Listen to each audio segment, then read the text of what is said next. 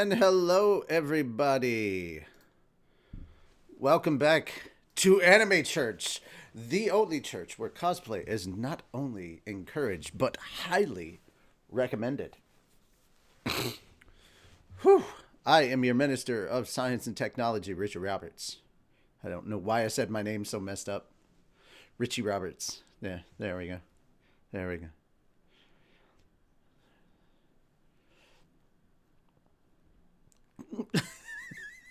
We're all doing like improv stuff at the end. Yeah.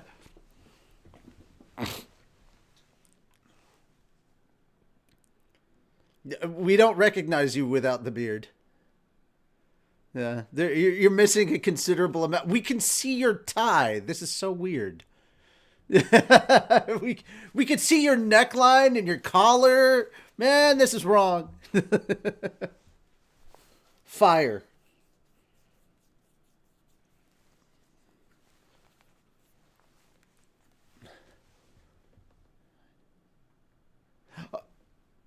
Yeah. Fire. Nothing says I have to trim my beard like survival.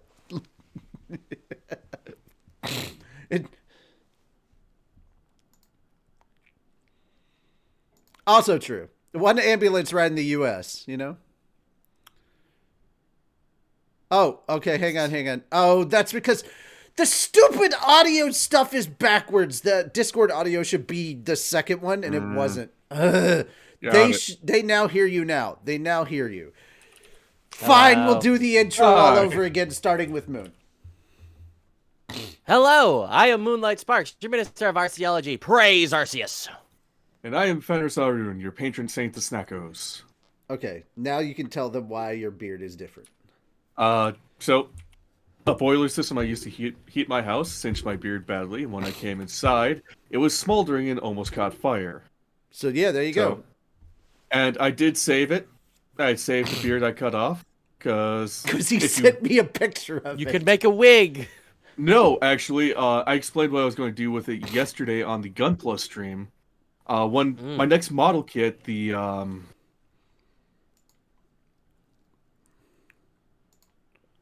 Shin Mushu Gundam, I'm going to be making a beard for it out of my own beard hair.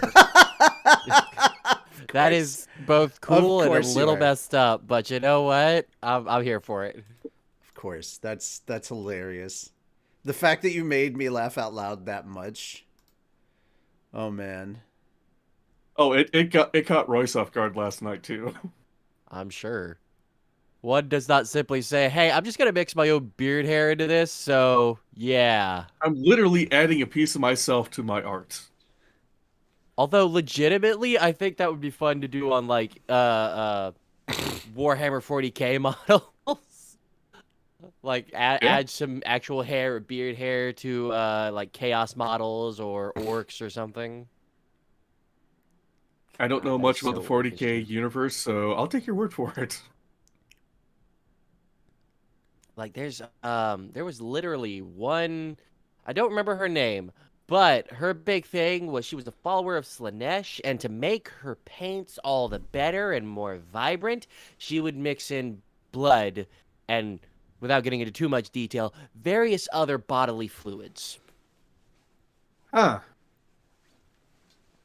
There was a point she had entire canisters of bodies just rotting, just so she could add their bits to the stuff. It's a fun book, honestly. Damn good book. Tragic what happens to Fulgrim. I didn't know there's a book series. I'm gonna have to find those after I finish reading all the books. Series? It's called the Black Library for a reason. This is a bit bigger than you might think. Am I gonna have to dedicate an entire room to these novels? Not a room, but maybe a shelf. Okay, I can do that.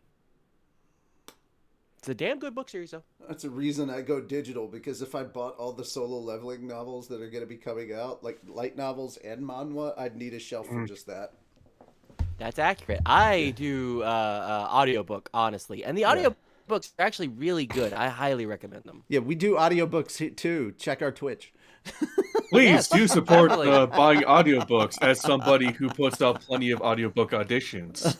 Ah, yes. Please I Speaking give of me actually more need to work. do that. speaking of solo leveling and audiobooks, we are doing. You have voted. We're doing it. Get off our backs already. We are Yeah. going to do the radio play for solo leveling. It took me half a day yesterday, and freaking 28 pages long. That's the audition file. It's 11 kilobytes. 11 kilobytes for an audition. Megabytes. Megabytes. No, wait. That's pretty big. It was megabytes when Oh, we were looking at it megabytes. last night. Wait, hold on. No. Wait a minute. You're right. It's 11 megabytes. Holy shit. That is massive. That for is a Word massive. document. That is Yeah. massive because I had to add I mean, pictures adding for the every pictures, character. Yeah. And not just Yeah. not just every character that has a name, every character that has a speaking part. In the first 3 volumes. Keep in mind, You can guys, this find isn't names the for anime. half of them. Keep in mind, this isn't the anime. So 2 very important characters in the series haven't even shown up in the first 3 volumes yet. But they've shown up in the anime, and there's only been 3 episodes. Keep in mind, the first 3 episodes cover basically the first volume of the manhwa. What the frick? Which once again, we totally called that. Yeah.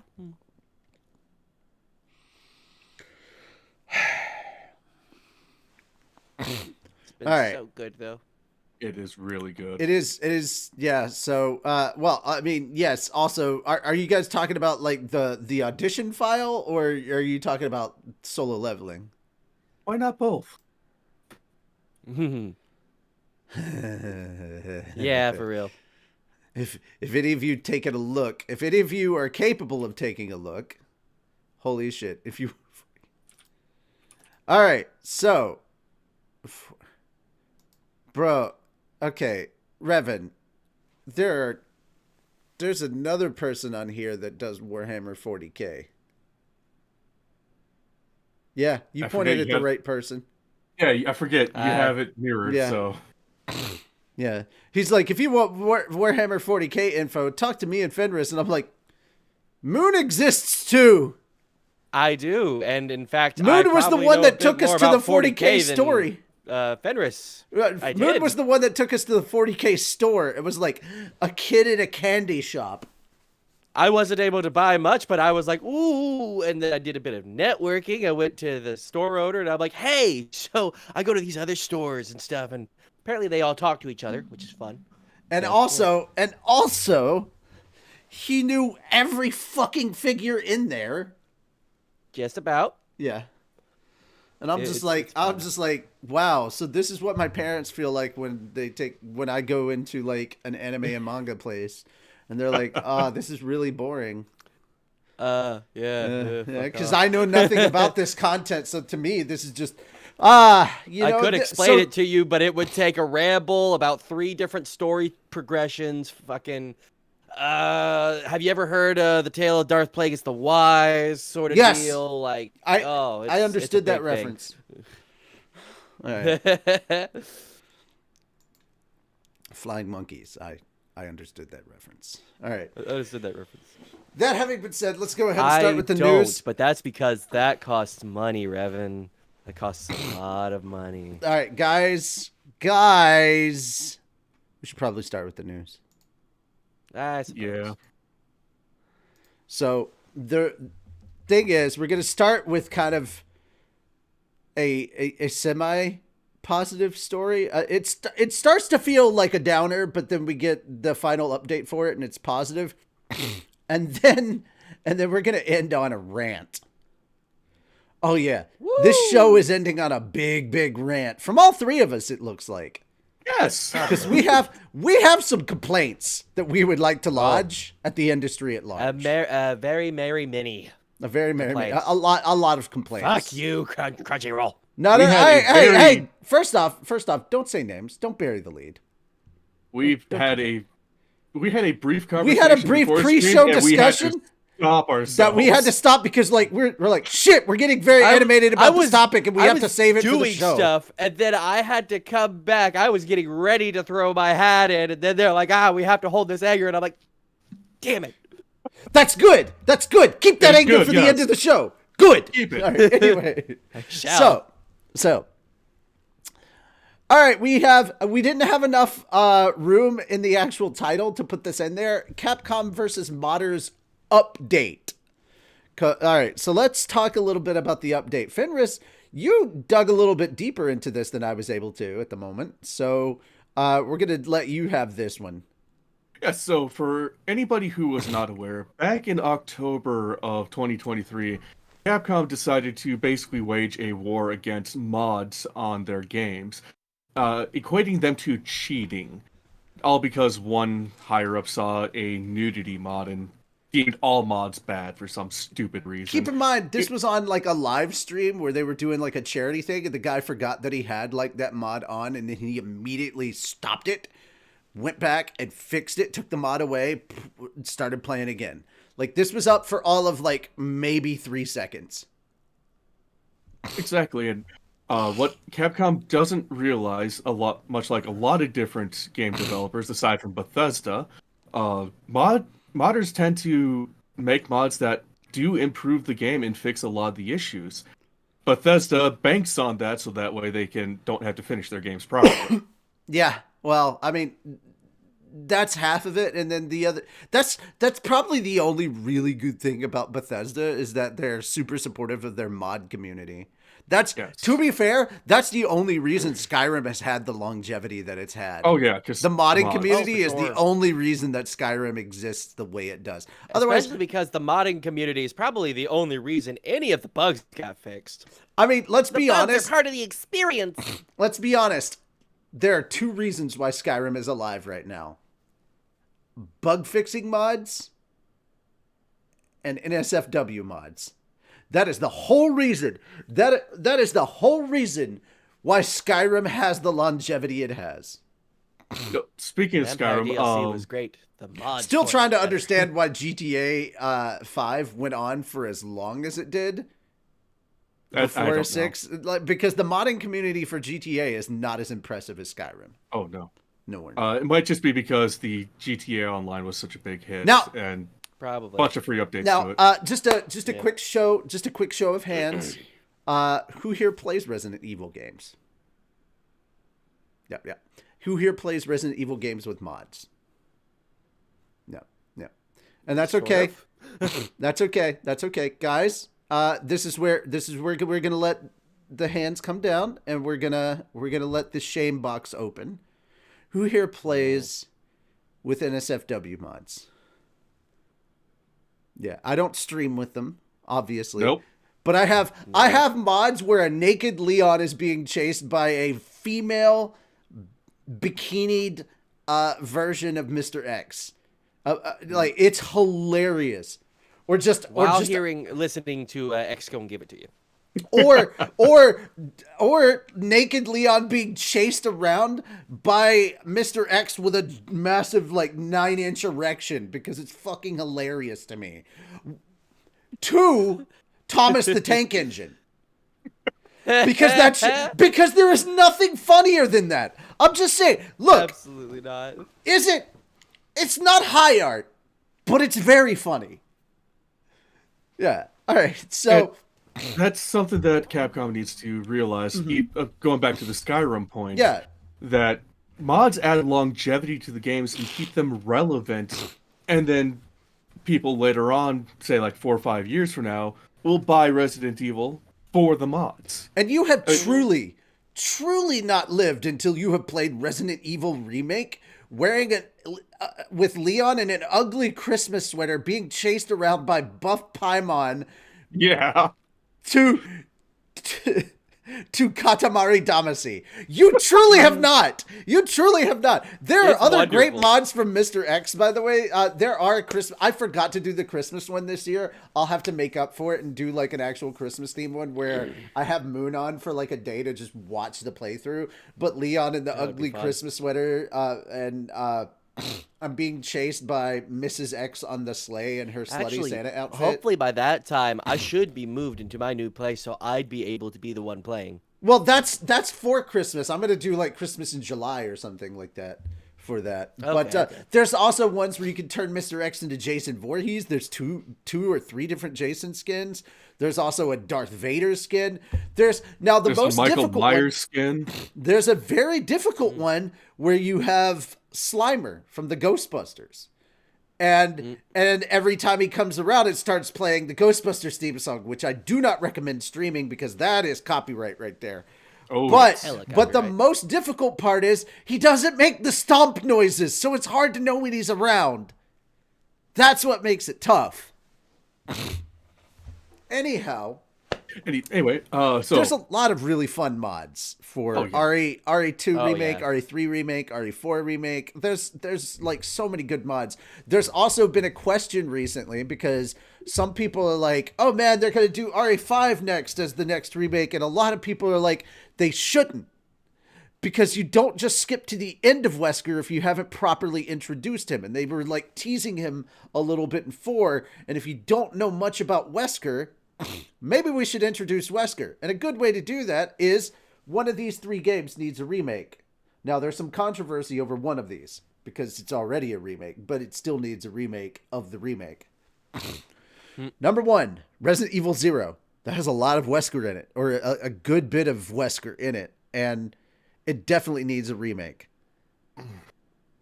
Not directly Wesker, references. No. There's a good look. Here's the thing with the story overhaul stuff that they've been doing with the remakes.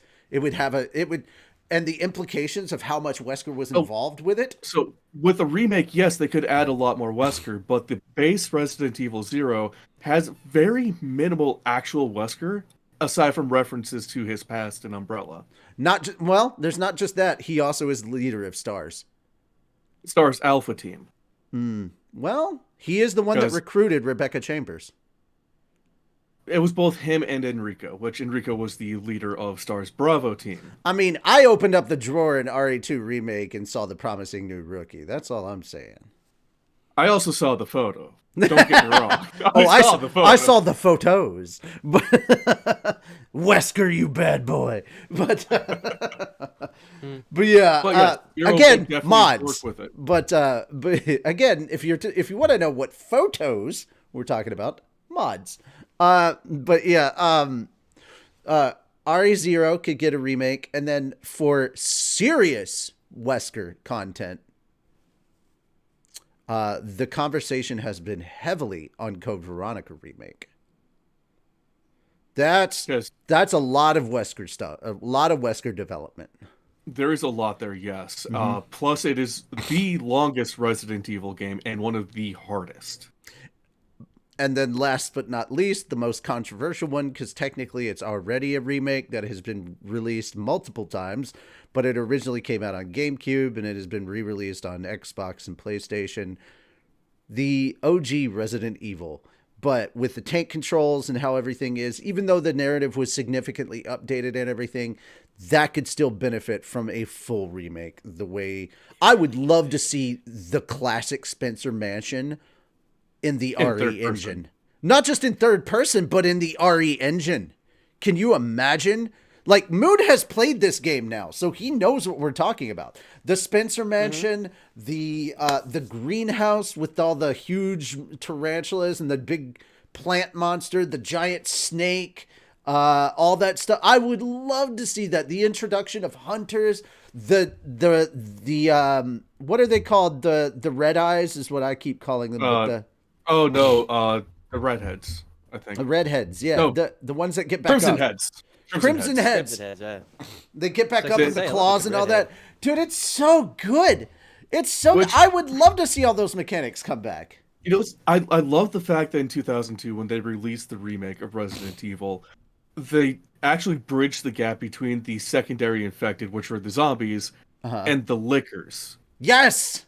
Because the lickers started out as the secondary infected, then they became Crimson Heads, and then the pseudo-licker, and then the licker. So Which, it's if you haven't seen the overtime pseudo-licker... progression. Yes. If you haven't seen the pseudo liquor, it appears in Resident Evil Outbreak file number 2. No, sorry, Resident Evil Outbreak 1. Gotcha. In the hotel. So aside from Mecha, Resident Evil knowledge is also, up here. guys, here's another thing. Here's another thing. This is just another way to bring the OG Resident Evil to a new audience, because there's a lot of people that their first experience playing Resident Evil was with the RE2, was with like RE7, RE8, or the RE2 remake. Before we have Chris going and punching a boulder to get to Wesker, let's find out who Wesker. Let's let them find out who the Wesker is. Especially with this new on a modern Wesker. style of game. Yeah, this new Wesker. Like the new Wesker in 4 and even in 3 when they mentioned him the one time. Way more intimidating sounding. Way more intimidating, way more intense. He's more of an enigma now than he was in the original series. especially if you played the Ada quest, the Ada side story in RE4. Separate Ways. Yeah. If you played Separate Ways, Wesker is way more interesting, and I think there's a good chance to build that up. But again, that's just a couple of idiots on the internet's opinion. Let us know what you think. We want to know. Down in the comments, down in the chat, we want to hear from you. But back to the actual story before we got on our tangent. There we go. It's good. It's good stuff. Sorry, hold on. Unless Moon had some thoughts on that. We don't want to cut Moon out of this conversation. I did. What thoughts would I have? Y'all talking about games I haven't played yet. No. You've played RE1. You know about Wesker. Yeah, I played RE1 and a bit of RE2, but y'all were talking about like 3 other games that Wesker doesn't show up in RE2. Wesker doesn't show up in RE2. And you can only play. You are correct. You can only play Resident Evil Code Veronica on ROMs or PlayStation 2, or you could play it on Sega Saturn. They released it digitally on PlayStation 4, 5, Xbox One, and Xbox Series X. It's still the same graphics and everything. It is, but you can still play it on modern consoles. Do a remake of Code Veronica, you lazy ass bitches. But because here's the thing, Code Veronica was originally supposed to be Resident Evil 3. And Resident Evil 3 Nemesis was supposed to be a spin-off game for Jill. Yeah, it was supposed to be a spin-off game, and it wasn't. They turned it into 3. And honestly, Code Veronica definitely feels more like the continuation of the chronicalization. Like, it definitely feels more like, I could see Code Veronica moving into 4 more than I could see 3 moving into 4. With the new storyline, they did tie 3 in quite closely with 4, because I want to see how Nemesis they tie in Code Veronica now. I want to see because that this Nemesis was built in EU using Plagas. It was, yes, when the original Nemesis was made using a Nemesis T-type parasite. This is. If I remember the remake story correctly, they used Tyrant and Plagas, and that's how they created Nemesis. The Nemesis T-type, yes. Yeah. All right. Sorry. But anyway. So back on January 8th of this year, Capcom added the Enigma Protector DRM to literally every Resident Evil game on Steam. And, well, for those who don't know what a DRM is, it's basically an anti-mod / anti-cheat software that will crash your game if it detects mods or cheats. All the Resident Evil games got review bombed seriously. I believe Revelations received a mostly negative feedback within 24 hours, and that caused Capcom to remove the DRM the next day on January 9th. And I noticed it myself when I was trying to play Resident Evil 5, because that requires games with Windows Live Marketplace, which Capcom deemed as a mod, even though it was required to launch the game, so I could not play Resident Evil 5 for an entire day. Nice. Yeah. We love it when companies make bad decisions. Yeah. All the time. They're like, oh, this is cheating. No, it's fucking not. No, it's fucking not. We bought the game. Let us enjoy the game the way we want to enjoy the game. Shut up and let us play. Okay. On to the next story. Okay. There's a lot to bitch about. This next There one. You know are. what? You know what? You had a lot to say about that. I'm gonna let you, because I've already complained about this topic enough. I'm gonna let you just go. I'm gonna just let you do your thing. Go for it, Fenris. Demon And this Slayer is Hashiro. oh sorry. Go This ahead. is actually a topic that Moon can comment on as well. So there we go. Demon Slayer Hashira Training Arc anime trailer reveals global theatrical screening dates. Let that sink in. They're theatrical screening dates.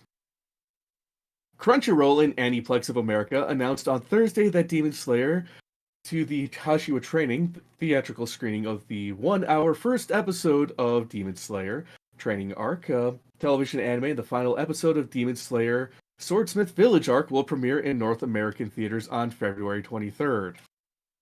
The anime will also screen in IMAX and premium large formats. And then global theatrical screening dates. Nobody really cares. Nobody should care. Quit going to the theaters to watch the last episode of last season and like 20 minutes of the first episode of the new season. It is stupid. Like, this is the third time they've done it. And everybody's going to bitch and complain, oh no, it wasn't an hour of fucking the Demon Slayer, it was just 20 minutes of the new episode. That's what you get for it. Like, come on! Moon, do you have anything to say? This is incredibly stupid. Why the hell are they bothering to put these up in any sort of theater? If it were a giant-ass movie, like Mugen Train, that's understandable. That was a damn good movie. It was really stupid, though, when they said, all right, now the next season is going to start with that. We're just going to cut it up a bit. And it's like, why? Why? Why? And just, if they're only showing like literally 20 minutes of the next season, which is really just the first episode in its entirety, then there's no point going to watch it.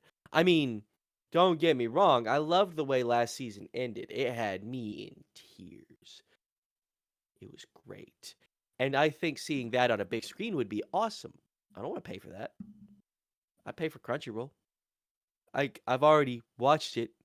I don't want to pay to see the new season if I'm just going to rewatch a portion of the last season just so I can see a small bit of the first season or of the next season.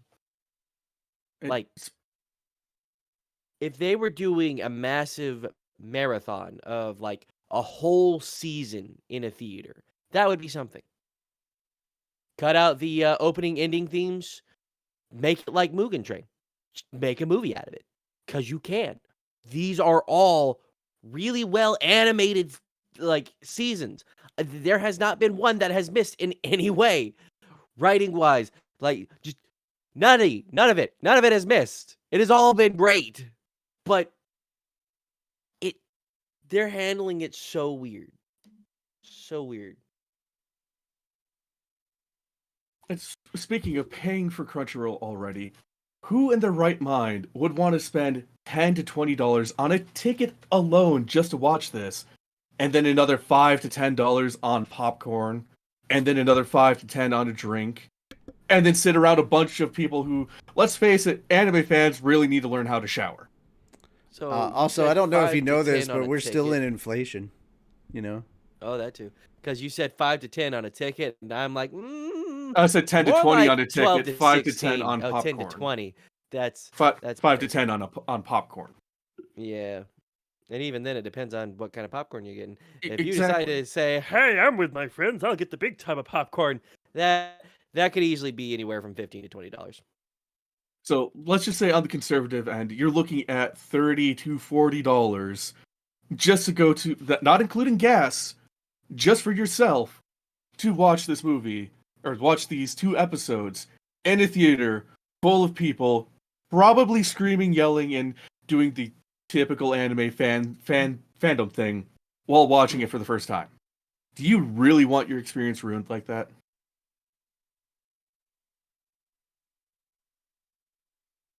Unless you're somebody who enjoys that, which teach their own, but I just don't understand. I don't have that kind of money to burn. Yeah. Who does? Yeah. All right. Not Sounds me. like we've wrapped this one up. Mm. Man, we're going all just being really passionate today. I'm just happy to let you guys be passionate instead of me have to do it. I usually rant and rave, and I'm like, you know what? Let me pass the mic to you guys. It's your show too. It's not just me. I'm happy for that. Yeah. Guys, going from talking about This is one of the few anime I've seen, so I can. Anyways, yeah, sorry. Oh no, I could throw this off. I could throw this around. Who here's seen the Scott Pilgrim show? The Scott Pilgrim Netflix show. I don't have Netflix right now. I had to cancel it to save money. None of us. Nice. None of us. Love it. All right. Yeah, none of us have Fantastic. watched it. Which is not to say that there isn't interest. I just haven't had the time. Oh, definitely. Get off my Same. effing back. All right. And I have an interest. I care about Scott Pilgrim, and I'm glad to see that this is happening. All right, Scott Pilgrim Takes Off is nominated for a GLAAD Media Award. The GLAAD Media Awards announced on Sunday that it has nominated Science Saru and Abel Gongora's Scott Pilgrim Takes Off anime series for its outstanding limited or anthology series. It has also nominated Power Rangers Cosmic Fury and the Power Rangers series 30th season for the Outstanding Kids and Family Program or Film Live Action Award, and Transformers Earthspark for the Outstanding Kids and Family Programming or Film Animated Award. The winners will be honored at two ceremonies on March 14th and May 11th. And then there's some basic information about Scott Pilgrim Takes Off. I just thought this was pretty cool. And, like, we needed some happy news to kind of balance everything out. So. What's it? Oh, there's more coming. What's it? Really? Just the two? That's weird. All right. So, yeah, I don't really have much to say about that other than, like, that's pretty neat. That's kind of where I'm at on that. It was like, that makes me neat. glad. I see what you did there, and I hate you for it. Hey. All right, guys, if you don't remember, Crunchyroll absorbed Funimation, so that means Crunchyroll's in the dubbing game now. So dubs were officially announced for shows like Solo Leveling, Classroom of the Elite Season 3, and bottom tier character Tomozaki. So Crunchyroll announced more details for the English dubs of Solo Leveling anime, the third season of Classroom of the Elite, the bottom tier character Tomozaki's second stage anime season on Tuesday, and the company released a new trailer for the English dub of the anime of writer Chung Kyung and the late artist Dubu, PhatDogStudios, Solo Leveling manhwa on Tuesday. Why do they have to write it out so fucking long like this? They're just padding it out for word count. All right, you do you, get paid. The dub will premiere on January 20th. Okay, so yesterday, aka my brother's birthday. He turned 35, everybody. If everybody's gonna call me old, if everybody's gonna call me old, they're gonna call my brother old too. He turned 35. I turned 42. I don't give a fuck that I turned 42. I mean, you're old. Yes, I am old. Yeah. I mean, we're all gonna die soon. Funny thing is, I'll probably outlive you. Moon, I'd be Some of us sooner surprised than if others. you didn't, to be honest. Here's the yeah. That's been my new statement to a lot of these kids. Like, oh my god, you fucking dinosaur. I was like, I may be a dinosaur, but I'm the one that's gonna outlive you. And they're like, what? I was like, bro, I have seen some of the stupid shit you've done. You're gonna die soon, and I'm gonna be here not eulogizing you because I don't care. I mean, here's the thing. Here's the good news. I'm not going to piss on your grave, but because that requires me to care. I have to give a shit. I have to give enough of a shit about you to maintain the hatred required to actually go find your grave and pee on it. I don't have that kind of time or energy, you know? I got shit to do. People to fuck, you know? It's just how it is. I wish I could say the same. Yeah. Same here. Okay, look. What happens in my imagination and with my toys is none of your damn business. I'll have you know. And I'll ask you to stay out of Toys, my. on the other hand, And I'll ask you to stay out of my goddamn room. Even though I invite you here every Sunday and Monday. He's like, "What you be doing on that bed? You're better off not knowing." Look, just don't Don't bring ask a black light questions. in there, okay? Don't ask Just- questions you don't want the answers to. You know. Don't ask questions. I don't need want you the to stop looking for answers. Hi. Hello. How you doing? I'm doing good. How are you? Eh, Yeah. Not talking to you. I'm talking to the audience. Uh, You sufficiently creeped out. the audience. Good stuff. All right, cool. There we go. All right. So if you want the full cast list, we've already kind of broken down the dub cast for Solo Leveling. We're gonna get to that later. Also, by Groundhog's Day, by Grabthar's Hammer.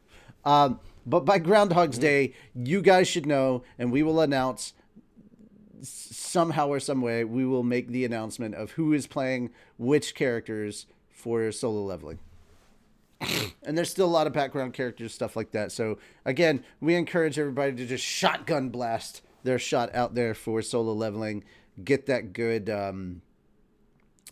get a good chance to audition for as many of those characters as they want. So if you're part of the Fat Dog, or if you're one of the bitches we like, then please audition.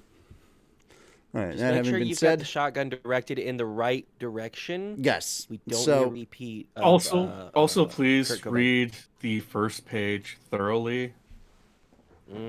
cannot state Very. this enough. Cannot state this enough. If you do not read the rules and instructions for the that are blatantly obvious on the first page, your audition will not be considered, and we will be listening, and we will be watching. It is very easy to tell when someone is just using their phone, and in Well, a not very just bad that. route. Not just that. There's like it has to go to my email, and I'm very picky. I'm not as nice as Tony. Especially on a project like this, like we're not screwing around and doing a silly parody. Like we're trying to be serious about this. Like we're gonna have fun, but guys, we're also gonna take this kind of seriously. We're gonna have to scream and yell and do things realistically and make a lot of pain yes. sounds. There's gonna be a lot of motherfuckers dying in this series. You're gonna have to There die might be a real few good. days I won't be able to talk after. It's gonna be Maybe. great. I mean, well, we'll see how it goes. Anyhow, that's that. Guys, there's an anime coming out that has only had letters. I'm not kidding. Aniplex teases new anime with M. It's already also had an O released. Aniplex continues to tease its new anime works and released an image of the letter M on its website on Tuesday. On Monday, Aniplex teased a new anime work with the code name O image on its website. So either this is all one anime that they're slowly spelling the name out, or it's multiple anime and we have no clue what the hell is going on. Anyway, Speaking of which, they were supposed to release another letter 3 days ago. 3 days ago. Well, this is the one that was released on January. More details on January 18th, which, yeah. Can I just say, I like whoever wrote this story because they kept it short, simple, and sweet. Good Lord. Clearly, Don't it's an need a M. They're history doing. Aniplex is stealing from Toei. They're doing the Majin Buu saga. That's what's happening. Well, it started with O, is the thing. Oh, they're also doing the Big O. Good to know. Nice. Man, I really need to brush up on my I've heard a Japanese. lot of girls say that the Big O is really nice. That must be what they're talking about, right? I love so many people on Twitter that were outing themselves because they're like, women don't have orgasms. And I'm like, bruh. Oh. Bruh, the female orgasm is a lie. It does not exist. I'm like, wow, you're really brave to out yourself like that. So, from everything I'm seeing on Aniplex's website, it's a Monogatari series spinoff. God damn it. Oh, okay. Okay. Yeah, Monogatari. you had me in the first half, not gonna lie, but no, I don't care. I was never into the Monogatari stuff, so Wasn't either. Could never man, figure they out have the me all right way hyped to up. watch it. My disappointment Yeah. is immeasurable, and my day is ruined. He's ruined. Absolutely. Fucking hell! It's All right, palpable. Yep. moving on from one disappointing topic to the next. Moon, you take this one. I'm done. Give me a second. One Mississippi. 2 seconds. Two To Mississippi. Mississippi. There you go. Okay. Final Fantasy Rebirth game highlights Sephiroth in new trailer. Square Enix released a new trailer for Final Fantasy VII Rebirth, the second game in Square Enix's what? Final Fantasy. Yeah, that's the next Oh topic. no, that is the next one. Okay, I skipped one ahead. My bad. Go for that. You got Good the job. next two. Yeah. Okay, cool. 7 remake project on Monday.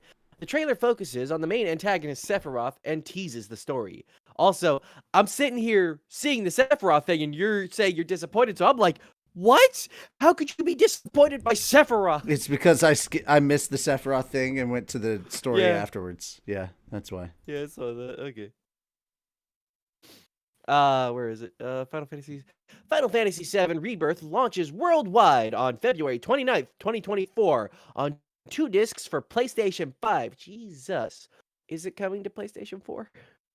Square Enix describes the game. After escaping from the dystopian city of Midgar, Cloud and his friends set out on a journey across the planet. New adventures await in a vibrant and vast world. Sprint across grassy plains on a chocobo and explore expansive environments. Square Enix is also offering a twin pack bundle including Final Fantasy VII Remake Intergrade and Final Fantasy VII Rebirth. Good lord. Square Enix released the Final Fantasy VII Remake game on PlayStation 4 in April 2020, and that's just more backstory. Please put this on PlayStation 4. I only have a PlayStation 4. I don't want to buy a PlayStation 5. Those bitches are expensive. Possible to be on the PlayStation 4. Yeah. Possible, but I doubt I it. got the first Considering- one. I got the first one so- on PlayStation 4. Moon, I'm going to say I highly doubt it's going to be on PlayStation 4, honestly. 'cause PlayStation this 5 is exclusive. not just that, but Moon, just hear This me is out. the whole Moon. reason I bought a PS5. This game is already 2 discs on PS5. Yeah, I know.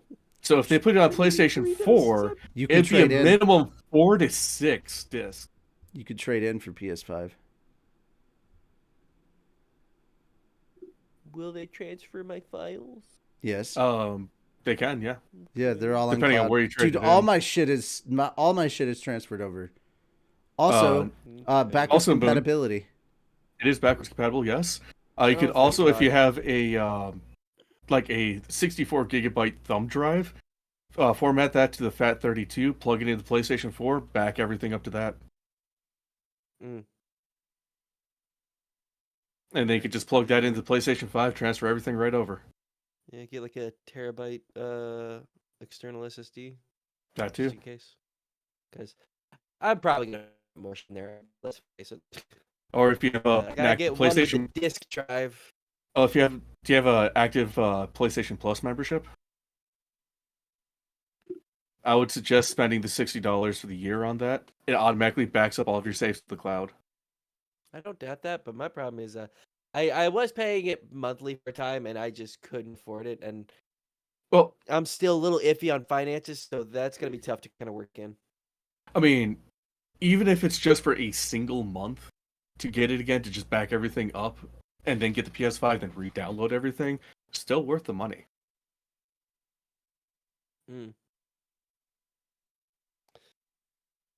We'll see what I do. I'll keep y'all updated, I guess, or at least you two chat. You don't need to worry about my finances. I'll worry about my finances. I appreciate if you do try though.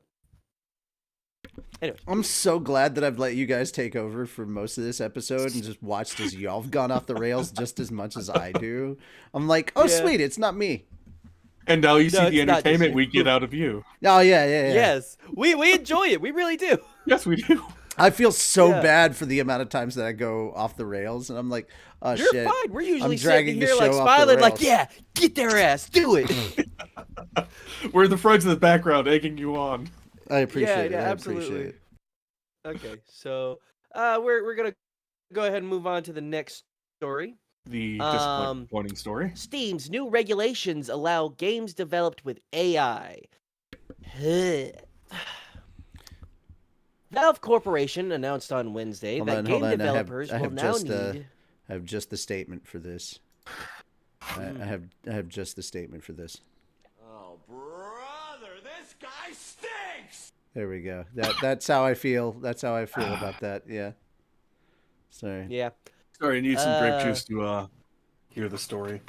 Grape juice? No, I hear you. Sure. Grape juice. That's exactly what that was. Yeah. And nothing else. Oh, Valve what are you talking Corporation announced on Totally grape. Wednesday. Soju grape. Yeah. What's grape? Announced on Wednesday. Go ahead, Moon. Thank you! Announced on Wednesday that game developers will Sorry, now what need happened? to fill out an AI artificial intelligence disclosure section in their content survey while submitting games on Steam. I company can't will hear use the you! disclosure in its evaluation of the game, and if the game is approved, display information about the game's use of AI on its Steam store page. I am also yelling! Hey, at least they're making it easy for gamers to figure out which games are made with AI. Yeah, that way we can actually vote with our wallet and be like, oh, this game's AI? No. That doesn't take away from the fact that they're basically greenlighting AI games. It doesn't take away the fact, no, but it still makes it easier on us to determine which ones are and which ones deserve our money because they don't use AI. Yes. Valve Corporation's blog post addressed the legally murky space of AI technology and stated that it's making changes to how it handles games that utilize it. The new regulations encourage transparency regarding the use of AI and will enable developers to submit games that use assets that they don't necessarily own. According to The Verge, Valve Corporation had previously rejected several submissions to the Steam store, stating a reliance on material owned by third parties. Valve spokesperson Casey Boyle later clarified that the company was not looking to discourage the use of AI and was working on integrating it into the company's existing policies. The new regulations specify AI usage in games in two categories: pre-generated, any kind of content, art, code, sound, etc., created with the help of AI tools during development.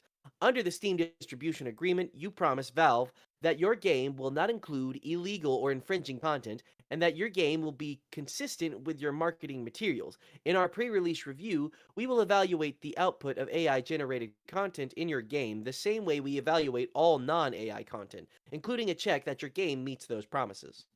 2. Live-generated. Any kind of content created with the help of AI tools while the game is running. In addition to following the same rules as pre-generated AI content, this comes with an additional requirement. In the content survey, you'll need to tell us what kind of guardrails you're putting on your AI to ensure it's not generating illegal content. Valve is also releasing a new system on Steam that allows players to report illegal content inside games that contain live-generated AI content. I'm apparently very hungry. I don't know if y'all heard that.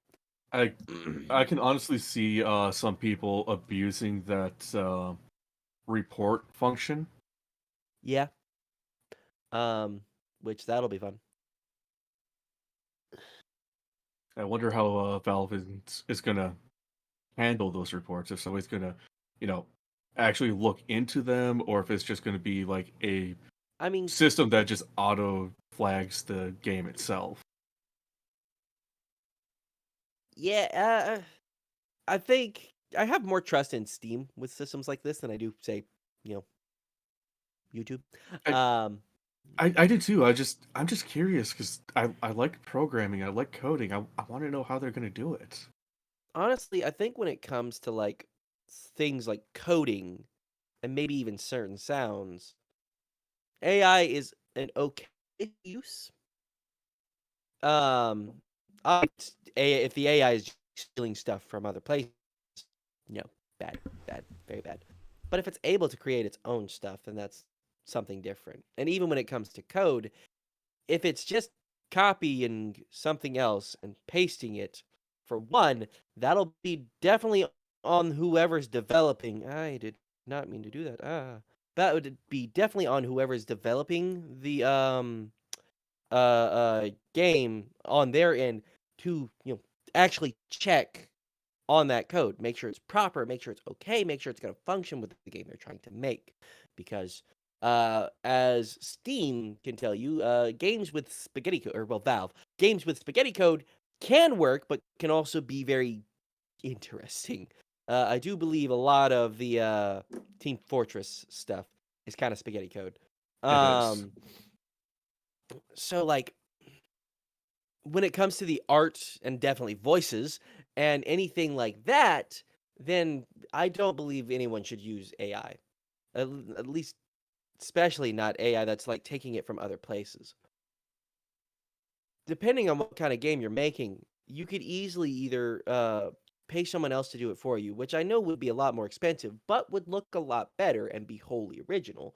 Or if you're doing something like a pixel-based game, it's really easy to like make pixel art, believe it or not. It just kind of comes with how you think about it. It's a little interesting. There's a difference between using AI as a tool and like having AI take over a whole ass job. Yeah. Yeah. You know? Like, And if you're just using AI to make an entire game and be like, I made this game, go fuck yourself. Like Like- AI like in Shit, games is You nothing. just typed words into a system. AI in games is nothing new. AI has existed in games, and it has largely existed not necessarily from a creative standpoint, but like there's needed to be AI to govern like what certain characters and NPCs and things like that do in a game. Just a good example of this. There's literally AI in Alien Isolation that or governs what the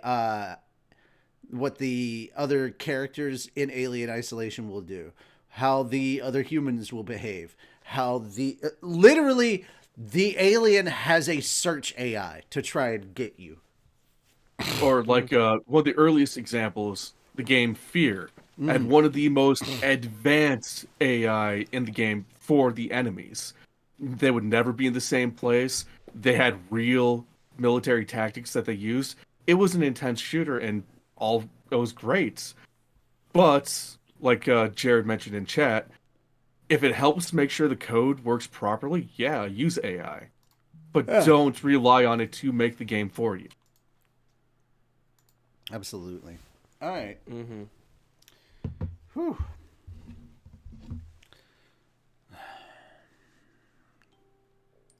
Well, I got a lot of notifications here. Any other comments on Steam and AI?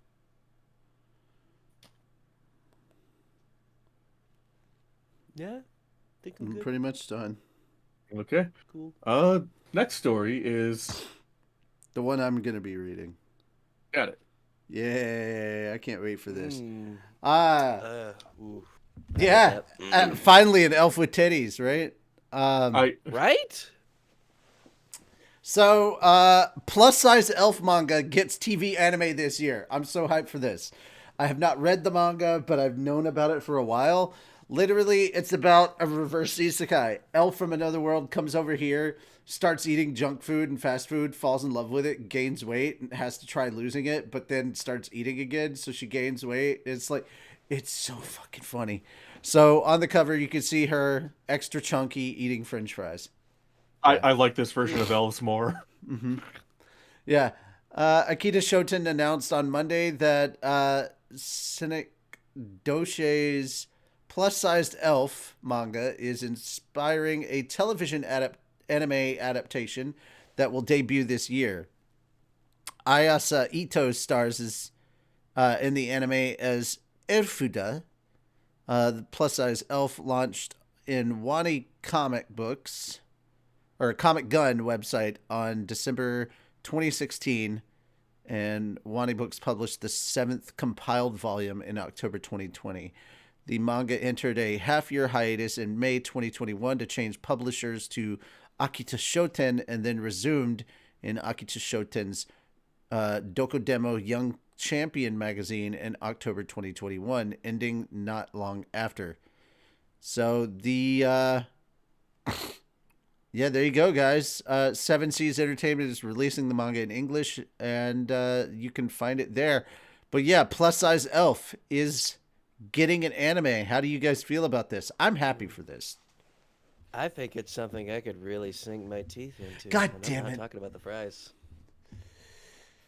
Oh, we're a bunch of thirsty bastards. You know that, right? I'm gonna go get some healthy food real quick. Ooh. I I'm mean, gonna get I'm some pretty sure healthy she's food. healthy. Would she count as a healthy food, Moon? Very healthy. Oh, for sure. You I mean, just think of all the exercise you could get with her. Oh, absolutely. Like you could pick her up and lift her up and just So do all here's sorts of things with her. here's a synopsis of the story. Naue-kun, a massage therapist, is about to head home for the day when he's saddled with a rather strange patient. This lovely lady has emerald eyes, pointy ears, and grew up in the forest. Everything about her screams elf. Except for one thing, her bodacious body. Actual words from the synopsis. I love it. Yes, I'm looking at it too. It turns out she left her world, but loves junk food in this one, and now her obsession has caught up with her. Can Naue-kun help this lovable elf girl lose the weight and keep it off? We shall find out. Does she need to though?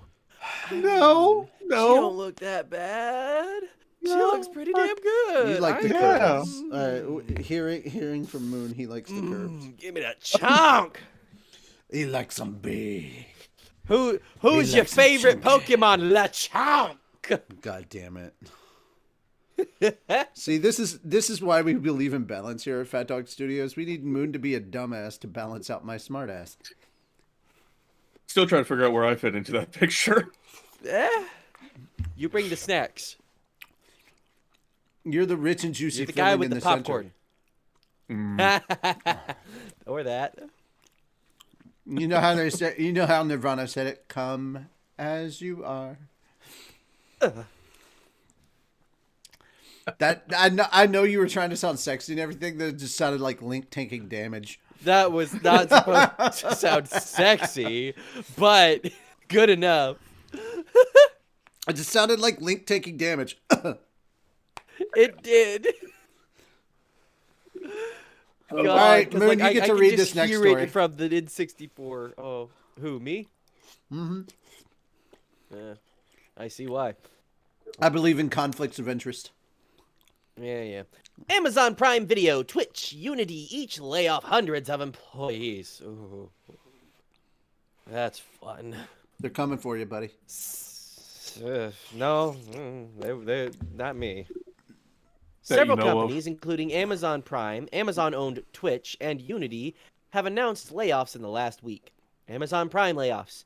IndieWire reported on Wednesday that Amazon's Prime Video and MGM division are laying off several hundred employees. Somebody has Employees to come affected for him in eventually.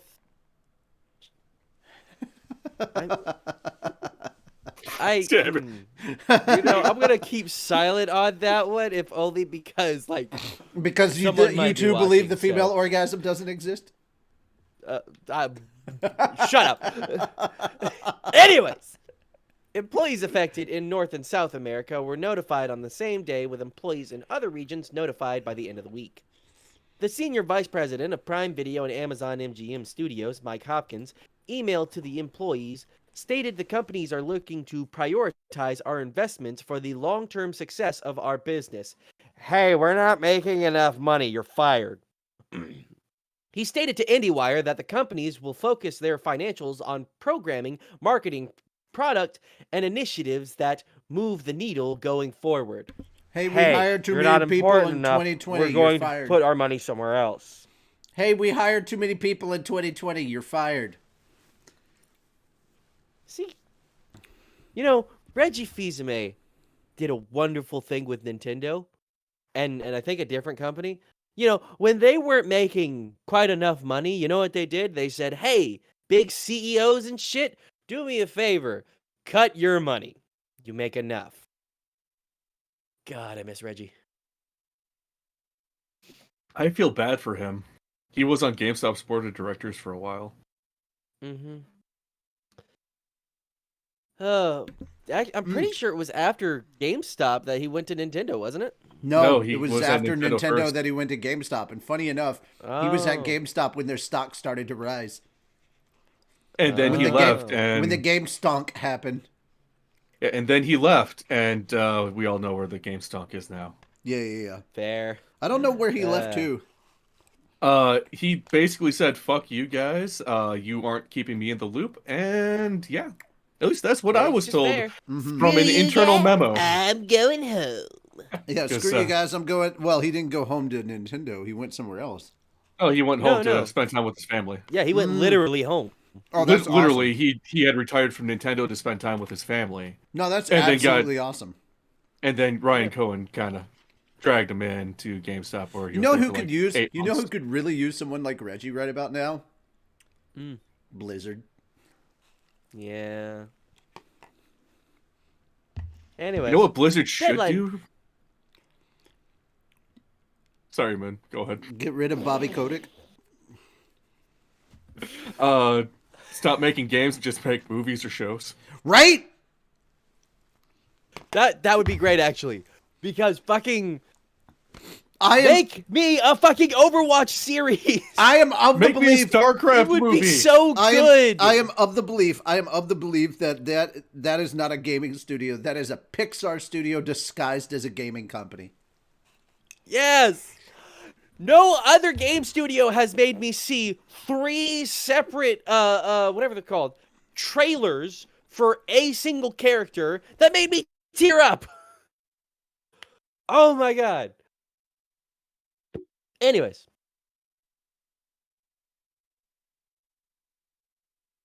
Deadline reported on Friday Maybe Overwatch. that as ah!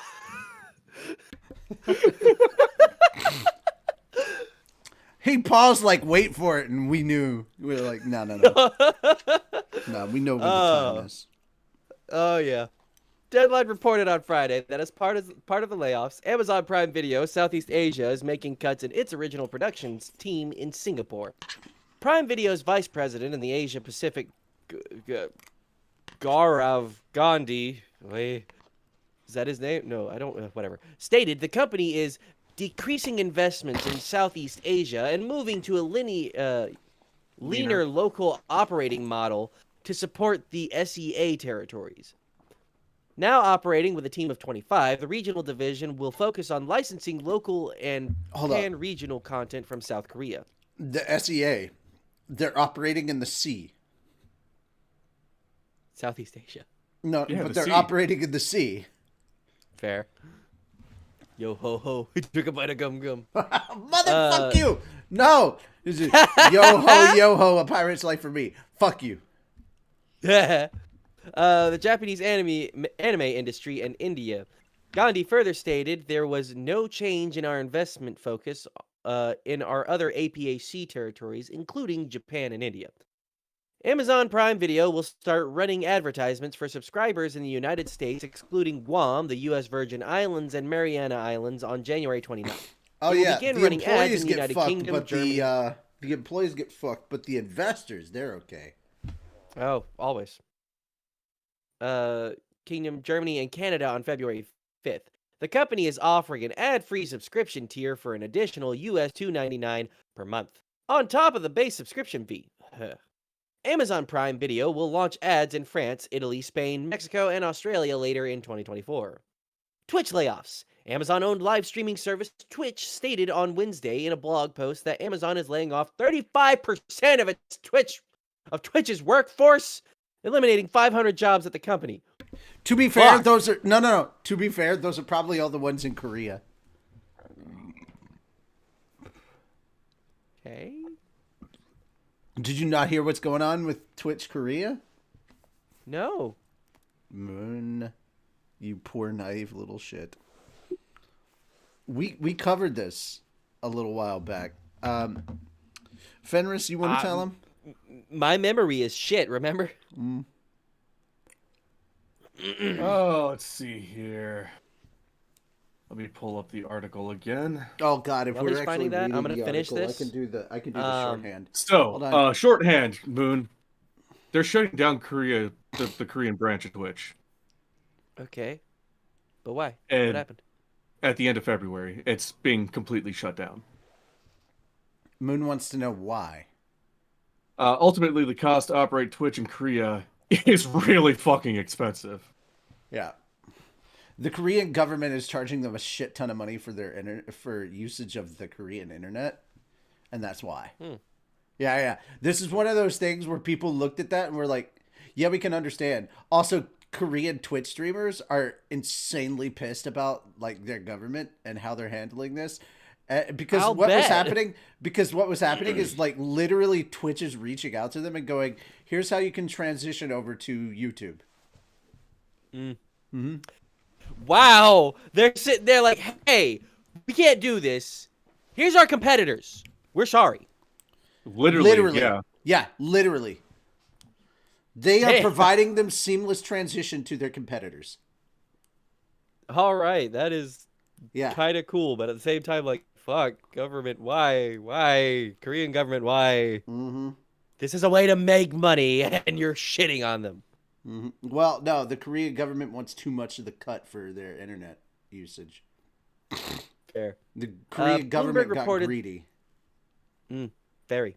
Bloomberg reported the layoffs are taking place due to concerns over losses at Twitch and after several top executives left the company in the span of a few months.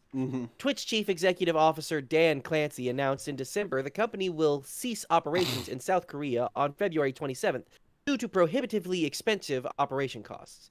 Amazon acquired the streaming website for, I guess that doesn't really matter. And now Unity layoffs. Unity Software revealed in a Securities and Exchange Commission's filing on January 8th that it will lay off approximately 25% of its workforce, eliminating 1,800 jobs by the end of March. Fuck. While primarily being an engine for video games, Unity has promoted animation studios, Graphinica and Craftars, utilization of the engine in the anime industry. CEO Jim Whitehurst announced a company reset in November, and the company's shares have increased 40% since then. According to Reuters, the layoffs will be the fourth found of layoffs since July 2022. Fourth round of layoffs, I'm assuming. I suppose it would have to be. Yeah, they fucked up. Anyway, not surprised by this Typos. Unity news, considering they took a massive hit for their bullshit that they tried to pull last year. Yeah. It's sad to see. It's sad to see that this happening to the employees and not the people that made the fucking decision. Oh, for sure. But with so many different companies turning and going, oh, okay, abandoned ship, and they pulled out of Unity. Not surprised that this happened. Like they lost mad revenue because of their stupid choices. If memory serves, Unreal is just like, hey, do you want to abandon Unity for us? Steep ass discount, come on over. Not only that, but they were like, hey, here's a whole fucking thing that will explain the learning curve. They made it so fucking user friendly for the devs. Like Unity lost a shit ton of money and Unreal gained a fuck ton of it. We were really hoping that Phasma would have moved over to Unreal. God, it would have been so much better. No, yeah, but I mean, they're still using Unity, and it looks like the game is going to be making significantly more improvements with the next major update. Looking forward to it. Did you see the most recent update announcement that they put out? Like it Not came out yet, last no. week. It was so cool. To be honest, yesterday was the first time I actually pulled Steam up in who knows how long. Oh, okay. Yeah. Yeah. I mean, we've been playing, Revan and I, along with Tony, have been playing Sons of the Forest again for the first time in a while. And then Fenris and Revan and I played some Baldur's Gate 3 for a little bit. That was that. All right, we've talked enough layoff news. Hold up. Before we get to the next bit of news, I need to get Mix ready. a drink. You gotta prepare your snacks. All right. Boy, if you guys thought we were mad before, you ain't seen nothing yet.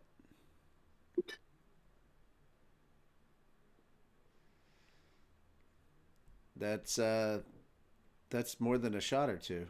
You are definitely getting ready. He is the pre-gaming master. God. No, that's Juice right there. He's good. Yes. Yeah. Though that will make a happy moon. Which reminds me, Boone, when we do get together at a con, I'm going to show you how to drink delicious drinks properly. My guy, did you not see the shaker? Did you not hear? Were you not here for the stream that I had a homemade daiquiri that was absolutely gorgeous? Believe me, my man. So I know how to make good drinks. I'm not talking about daiquiris. I'm talking about just random drinks. No. He means like real drinks, not bitch liquor. So, do you like High C Orange Lava Burst? I haven't had one yet. Have you ever? Oh no, like the drink High C. I've had a high C, yes. So, Orange Lava Burst is a drink that you can find in most fast food restaurants. It's a nice orangey flavor. It tastes kind of like a mixture of Tang and Sunny D, but without all the sugar. I can show you how to make a drink that tastes just like that, but it's like 90% alcohol. Have you had vodka gummy bears yet? Yeah. I have not. I need to do that sometime. Yeah. I have like a big ass thing of Sky in the cabinet. I could make some. I'm just saying, man. It's vodka gummy bears, man. That's a way to get drunk and have a good time without having vodka to... jelly beans as well. All right. We got to get to the next thing. But I enjoy talking about drinks. Yeah, but True, but we're also not. No. I don't think we're flagged for no soup mature for you. content. We have to No talk soup for about you. this one. We're not flagged. Yeah, we have to talk. Yes, we have to talk about this. It's our last story. We said we were going to be pissy about it. We're going to be here for a while. I know. All right. So first off, guys, this was the thing. I hate this stupid, like, I have to put on the fake voice. Roll out the red carpets. Crunchyroll announced the nominees for its 2024 Anime Awards on Wednesday. The award ceremony will take place in Tokyo on March 2nd, and there will be a global live stream. Fans can vote every day starting today until January 27th at 2:59 p.m. EST on the Anime Awards website. Make your voice heard and vote today.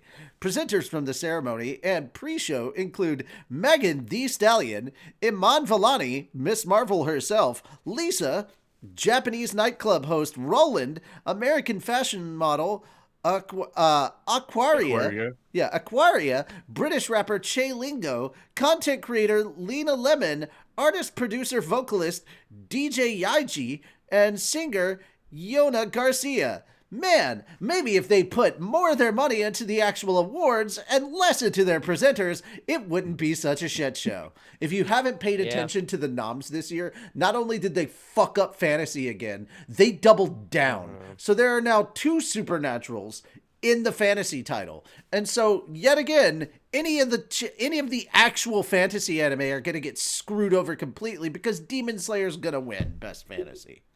And it's not a fucking fantasy show! It's paranormal! It's paranormal, supernatural, however you want to call it.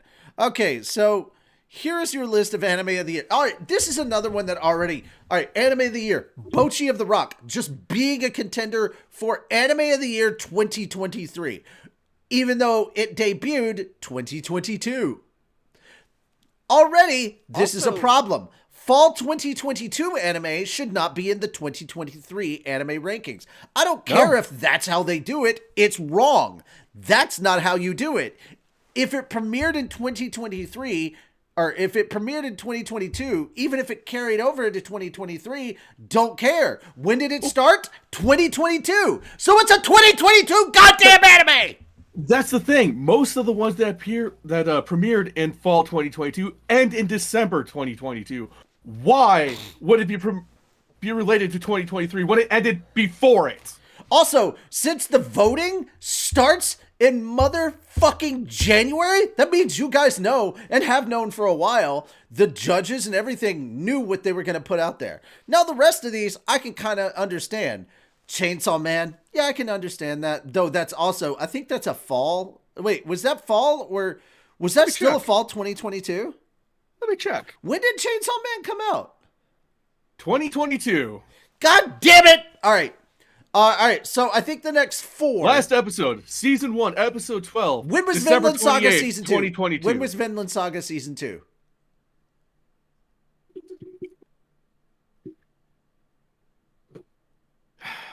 Vinland Saga season 2. Where the fuck? You are not giving me the answer that I need. Season 2, January 10th, 2023. Okay, so we've had 4 in here that we know is 2023. So here's the thing. Demon Slayer, Swordsmith Village Arc, Jujutsu Kaisen Season 2, Oshinoko, and Vinland Saga Season 2. Those are the only 4 nominees that should be considered right now for this award, because they're actually from 2023. That's the first bone we have to pick. Moon, you want to jump in on this? I know you got words. Well, yeah, first thing I want to say is Bocchi the Rock doesn't even have a chance. It shouldn't be in this list, but... Which is sad because no it's such a good anime. It's such a good anime. Mm-hmm. But it really does not have a chance being up against Demon Slayer, Oshinoko.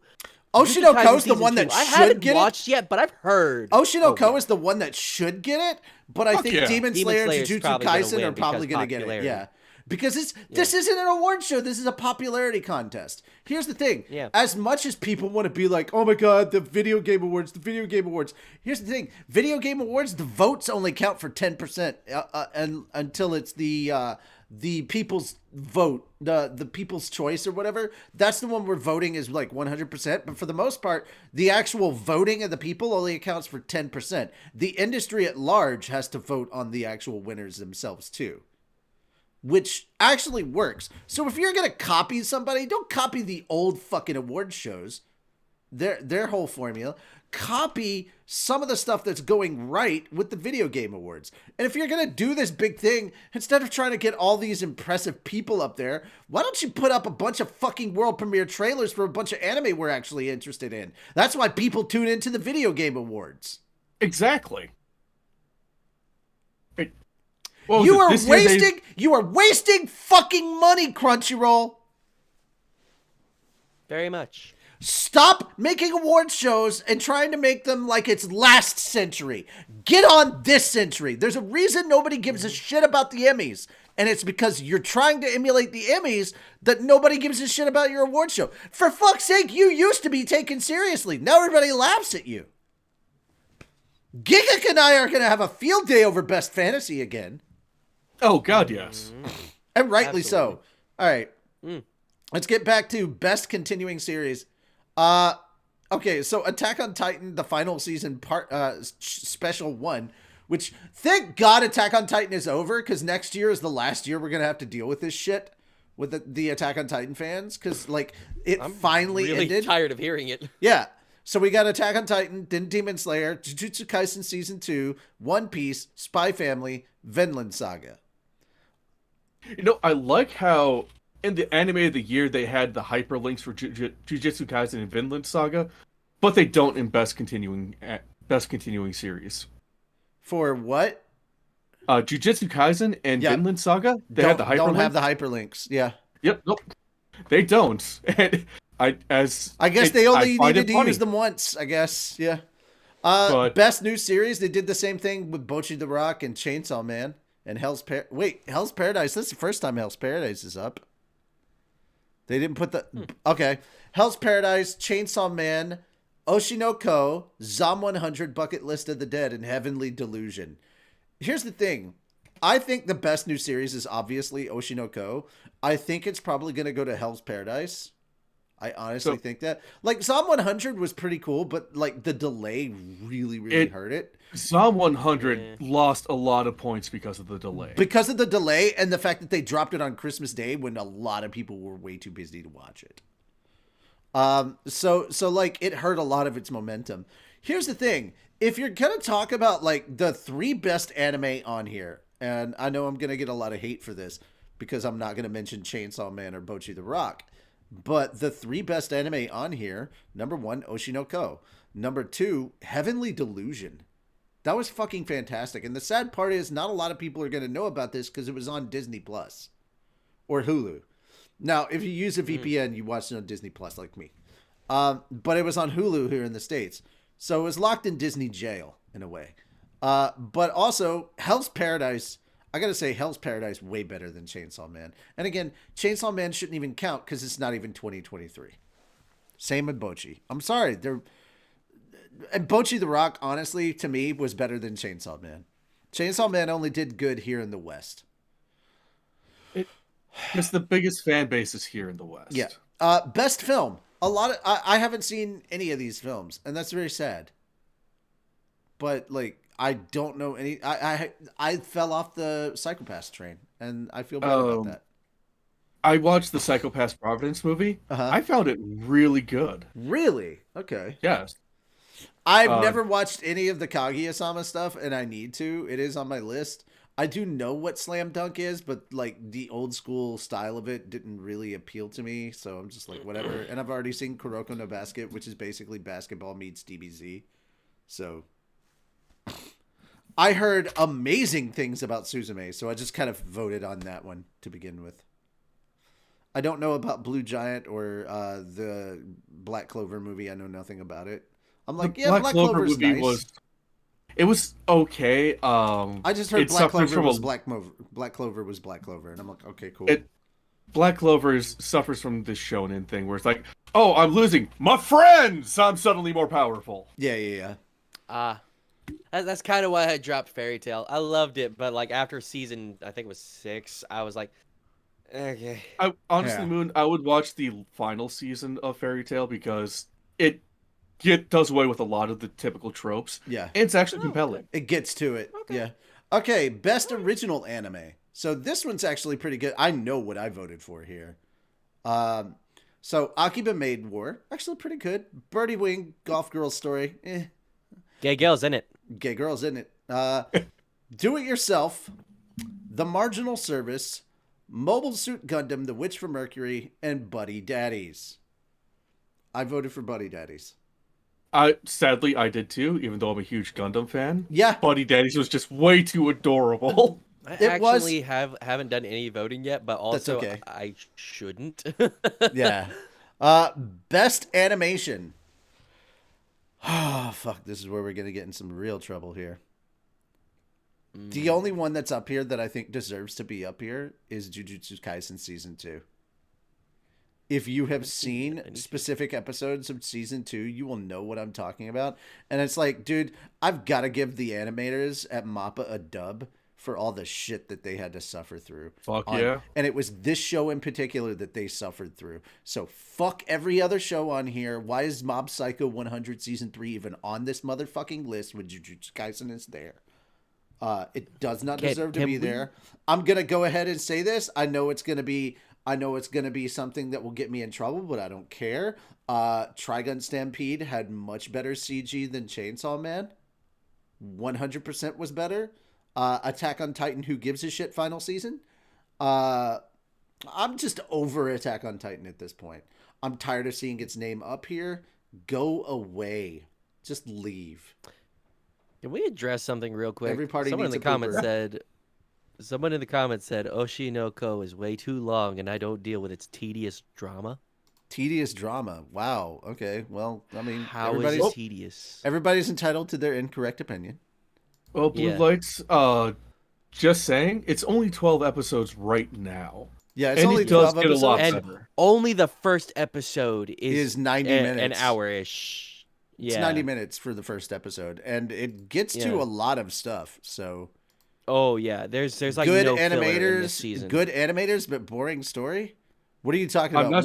I'm not sure if he's referring to Black Clover or Oshinoko. Yeah. Oh, okay. No. I mean... Oshinoko like had better story than it had animation. I'm just gonna put that. out there. Oh yes. Yeah, way better but story that, than animation. Like they saved their animation for like the fucking dance scenes, and that's about it. So, well, which I mean is understandable. I mean, actually, they did mocap. Okay, they did mocap. Blue Light is talking about the manga. that's way too long and too filled with drama. Oh, It depends on how you read it. If you're reading it from week to week, I can understand that. But if you're binging through it, Yeah. it does not feel that way.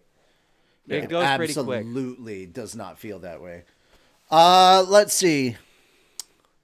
Yeah, Jujutsu Kaisen season 2 is probably it was my pick for best animation. It's just as none of these others could compare. Like Demon Slayer, yeah, it has ufotable magic, but it's just at this point in time, I've grown too accustomed to the ufotable magic. It's like you didn't do anything to stand out more than you already had. Demon Slayer was Demon Slayer. Jujutsu Kaisen stepped it up in so many ways.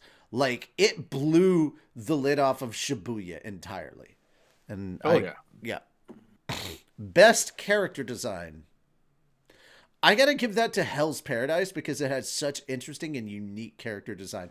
Even though I saw the character design behind Oshinoko and I was really, really impressed with that. Like, Hell's Paradise had such unique concepts and interesting character design going on in there. I could not. Like, yeah, Jujutsu Kaisen had some great animation and I gave it the animation thing. But, like, if you compare like the creatures and characters and everything between the two, like it had more interesting and like if I look at something for Jujutsu Kaisen, I'm like, all right, that looks really cool, really awesome, blah, blah, blah. Hype alone isn't character design. Like just because something has hype does not make it worthy of character design. When I look at all the different characters in Paradise, in Hell's Paradise, I'm sitting there like, shit, I want to know the story behind this thing. You know, exactly. If just looking at a still of it makes me curious, that's good character design. That's what that means. So, gonna pause real quick. Jared mentioned how the Attack on Titan final parts reminds him of R2-D2's epilogue story. I'm still convinced R2-D2 runs off the Windows operating system. And that is why it took him until the end of, I think, episode 7 for him to finally boot up, because he was updating the entire time. All right, let's be real. No one knows. That would make sense. Every time he screamed, that's like an error message. Yes! Yeah. Yes! All right, guys, let's be real. Nobody knows anybody in this fucking category, really. Nobody really knows anybody in this category. Like, who here is going to tell me that they know what Ryu Nakayama does? Like, here's the thing. How many people are actually paying attention to the camera, to the director and the cinematographer in anime? Who is really paying attention to that? You're not. When you see the name, the next thing you look over to is what show it is that they're nominated for. Attack on Titan, Bocchi the Rock, Chainsaw Man, Heavenly Delusion, Jujutsu Kaisen, Oshinoko. And that's what you're voting for. Look, exactly, but like we had discussed before the show, the only reason I know Daisuke Hiramaki is because we covered them during the behind the scenes of Oshinoko. And that made it really interesting, and that's why I gave a shit about like this vote and voted for Oshinoko. Yeah. Typically, how often do you actually pay attention to the director? And shit, we don't even know the cinematographer. Fuck no. And Oshinoko's not even in the cinematography category, and that's the one we paid the most attention to behind the scenes on. And honestly, it should have been in there just for the final episode alone. All right, anime, best cinematographer, Attack on Titan, Chainsaw Man, Demon Slayer, Heavenly Delusion, Jujutsu Kaisen, Vinland Saga. I can't remember if I sent it to Heavenly Delusion or Jujutsu Kaisen. Best cinematography, sorry. But like, how many people even know what cinematography is in anime? You know? Yeah. Because most people, when they think cinematography, they're only thinking about like movies, like live action on set kind of stuff. I mean, it's the same principle, but like, do people even understand that? Yeah, exactly. Do you know what a cinematographer is? Be honest, chat. Do you know? What is a key grip? What is a best boy? Bet you don't know. I do, because Best of a comedian. Best boy is Calvin. True. What does a key grip do? Set up lights. What does the best boy do? Help the key grip. Helps the key grip. What does the producer do? I don't know. Stop asking me the question. Stop asking me the question. I love Tom Wilson. He's great. Biff from Back to the Future, everybody. All right. Best art direction. So this means like most creative with their art, best art direction. Once again, Hell's Paradise, just the most interesting and varied kind of thing going on with art for me. But your nominees are Chainsaw Man, Demon Slayer, Hell's Paradise, Jujutsu Kaisen, Oshinoko, Zom 100. Zom 100 is probably the second most creative with their art direction. 100%, hands down. Oh yeah. So creative. Blood with their art. splatters. Oh my god. Yeah, it was so creative. Despite the hiatus. The hiatus, I voted for Psalm 100 because it was just wonderful. Yeah. With its fucking art. Like, so good. Like Moon mentioned, the blood splatters, like, it just added color. Like, the first episode being going from, like, a dull black and white to suddenly realizing, oh shit, I don't have to go to work anymore. Suddenly the world's full of color. That is how every fucking person who has does the Monday to Friday 9 to 5 bullshit feels. I imagine that's exactly how you felt when you left Slave Stop. Fuck yeah, it was. Dude, that was how I felt when I got home this morning. Sitting there like, I get to leave the building and I don't have to go back for 3 days. Like last week I had Monday off. I took the Friday beforehand off so I could have 4 days, like a mini vacation. And goddamn, it was so needed. Guys, once again, we're returning to best romance. All right, so we have Horimiya, The Missing Pieces, aka Horimiya Season 2, but like the parts that we skipped over in Season 1, which was kind of good. Yeah? You have something to say? So, I'll let you get through the nominations first, and then I'll say my piece. Okay, Insomniacs After School, which was my vote because it was so fucking good. Like, vibes alone, this was so good. My Happy Marriage. Did not watch. I've heard things, but like it was not my vibe. And I was like, yeah, I don't need this. I don't need despair in my romance, you know? My love story with Yamada-kun at level 999. Here's my thing about this. Here's my thing, guys. It's cute. It was kind of cute and cheerful and adorable or whatever, but it was mid romance. It was what it was. Skip and Loafer, really cute, really wholesome. Felt more slice of life than romance, though. That's my complaint about putting it in this category. It felt more slice of life than romance. Like, did it have romance elements? Yes. Was it entirely focused on romance to be was it focused enough on romance to be a romance anime? No, not really. Tomo-chan is a girl. Why did this not get added to the comedy set? Because this was fucking good.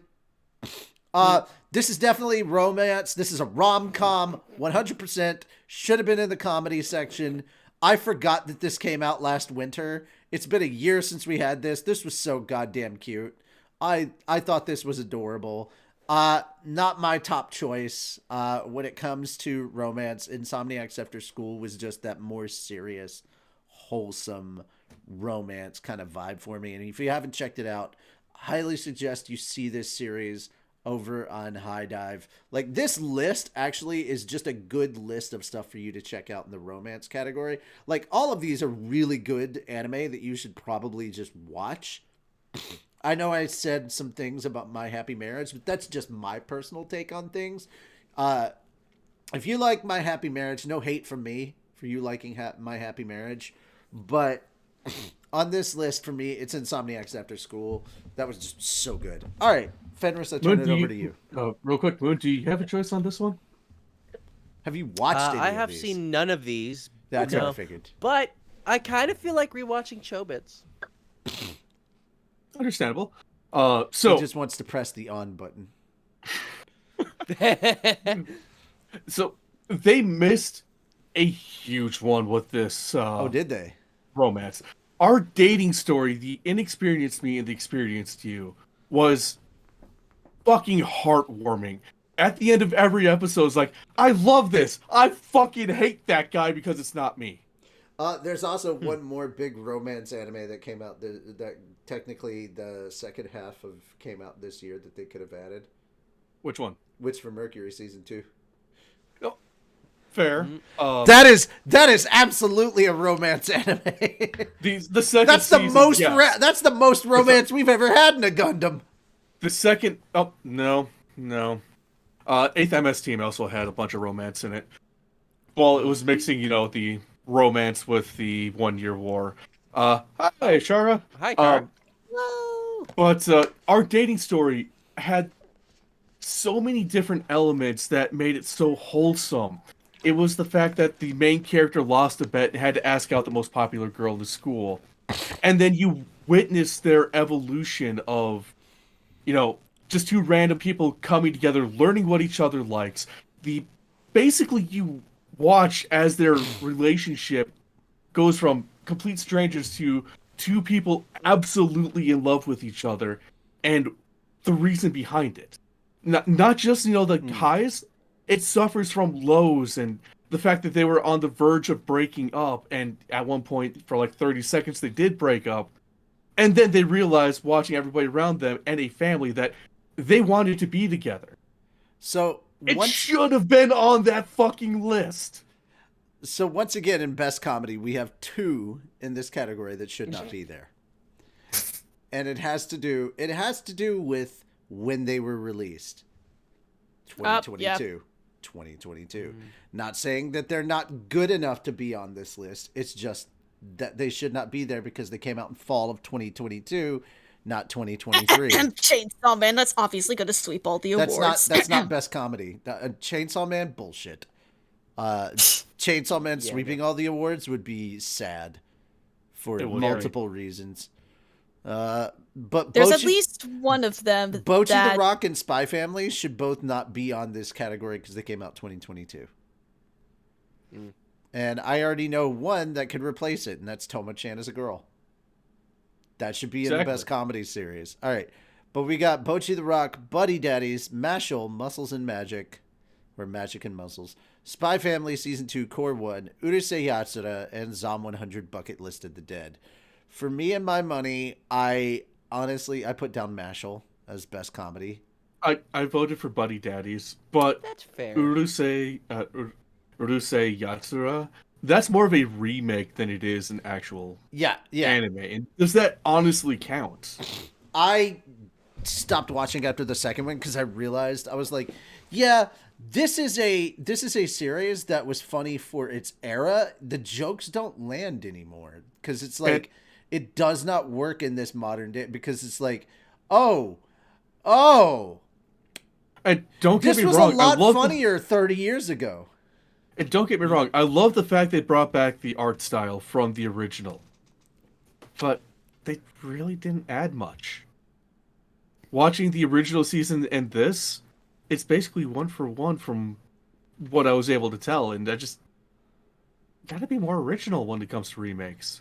Also, considering how poorly Chainsaw Man did over in Japan, I highly doubt that Chainsaw Man's going to sweep everything. It was only popular here. Yeah, that would make sense. This is just my thinking.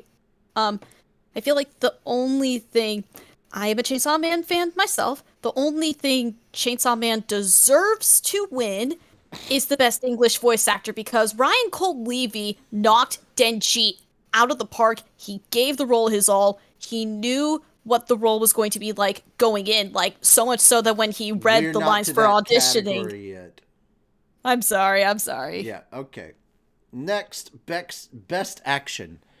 We have Attack on Titan, the final season, the final chapter special 1, which did that come out in winter of last year? I don't care. Yeah, it came out just winter of pretend last it doesn't year. exist. Okay, can we? It's Attack on Titan. It's out the fucking window as far as I'm concerned. Yeah, everybody here is just done with Attack on Titan. We're just like, can it be over already, please? We've already stated Attack on Titan fan. Yeah, we've already just stated that the Crunchyroll, that the Anime Awards has already lost all credibility for putting fall 2022 anime into the 2023 Anime Awards list. And excluding the fall 2023. Yeah, and excluding fall 2023. That makes sense for some reason. Here's my thing. I don't care if it's still ongoing. The fact that they don't have Apothecary Diaries and Frieren in the Anime Awards is fucking atrocious. So thank you. Yep. All right. So Bleach, 1,000 Year Blood War. I can agree with that. I can agree with that. Yeah. The action was fucking phenomenal in there. Chainsaw Man. I can agree with that, but especially the way the action was animated. Yeah, Demon Slayer, Jujutsu Kaisen Season 2, and One Piece. I understand why they put One Piece in, because of the whole Gear 5 moment taking over the world. But hands down, everything else is second fiddle to Jujutsu Kaisen Season 2.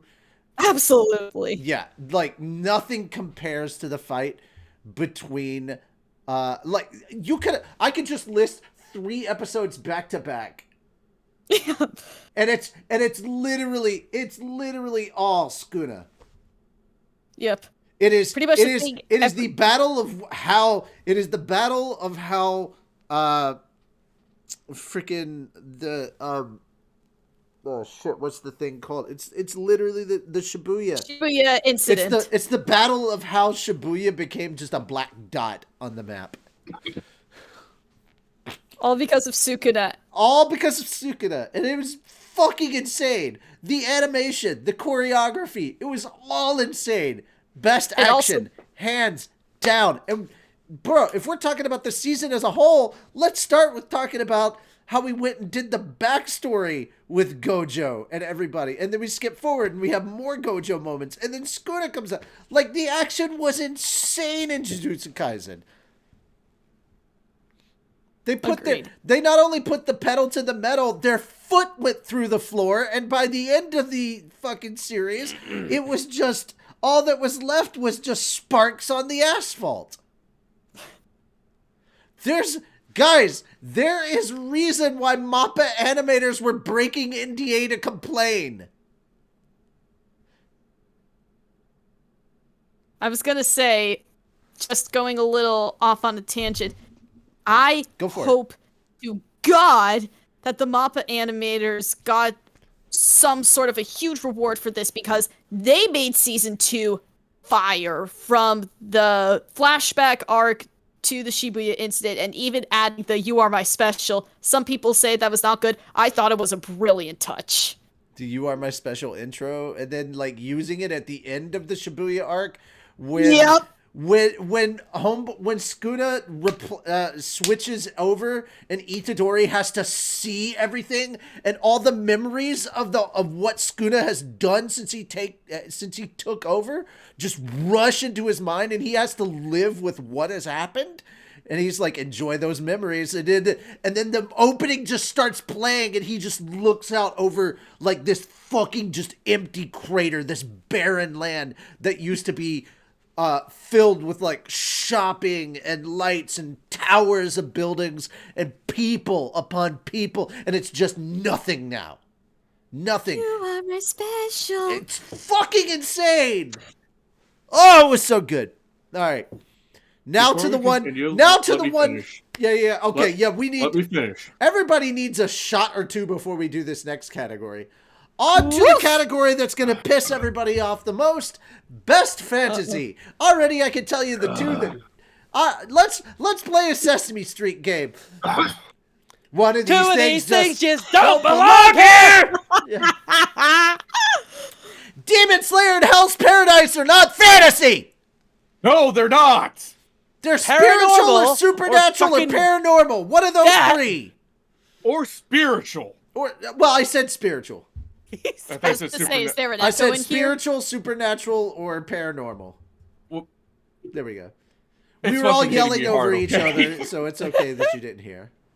That's hitting me fucking maybe hard get some right water, now. That's okay. Fenris. Get Guys, some water, bud. here are your nominees for Best Fantasy, and if any of you dare vote for Demon Slayer or Hell's Paradise, don't ever fucking try to work with me. Fuck you. That is not a fantasy, and you know it. Deep in your heart, you know this. You're just voting for what is popular. You're a normie, and that's all you'll ever be. Get the fuck out of here, plebe. Don't get me wrong. I love Demon Slayer. It does not belong here. Yeah. No, it does not.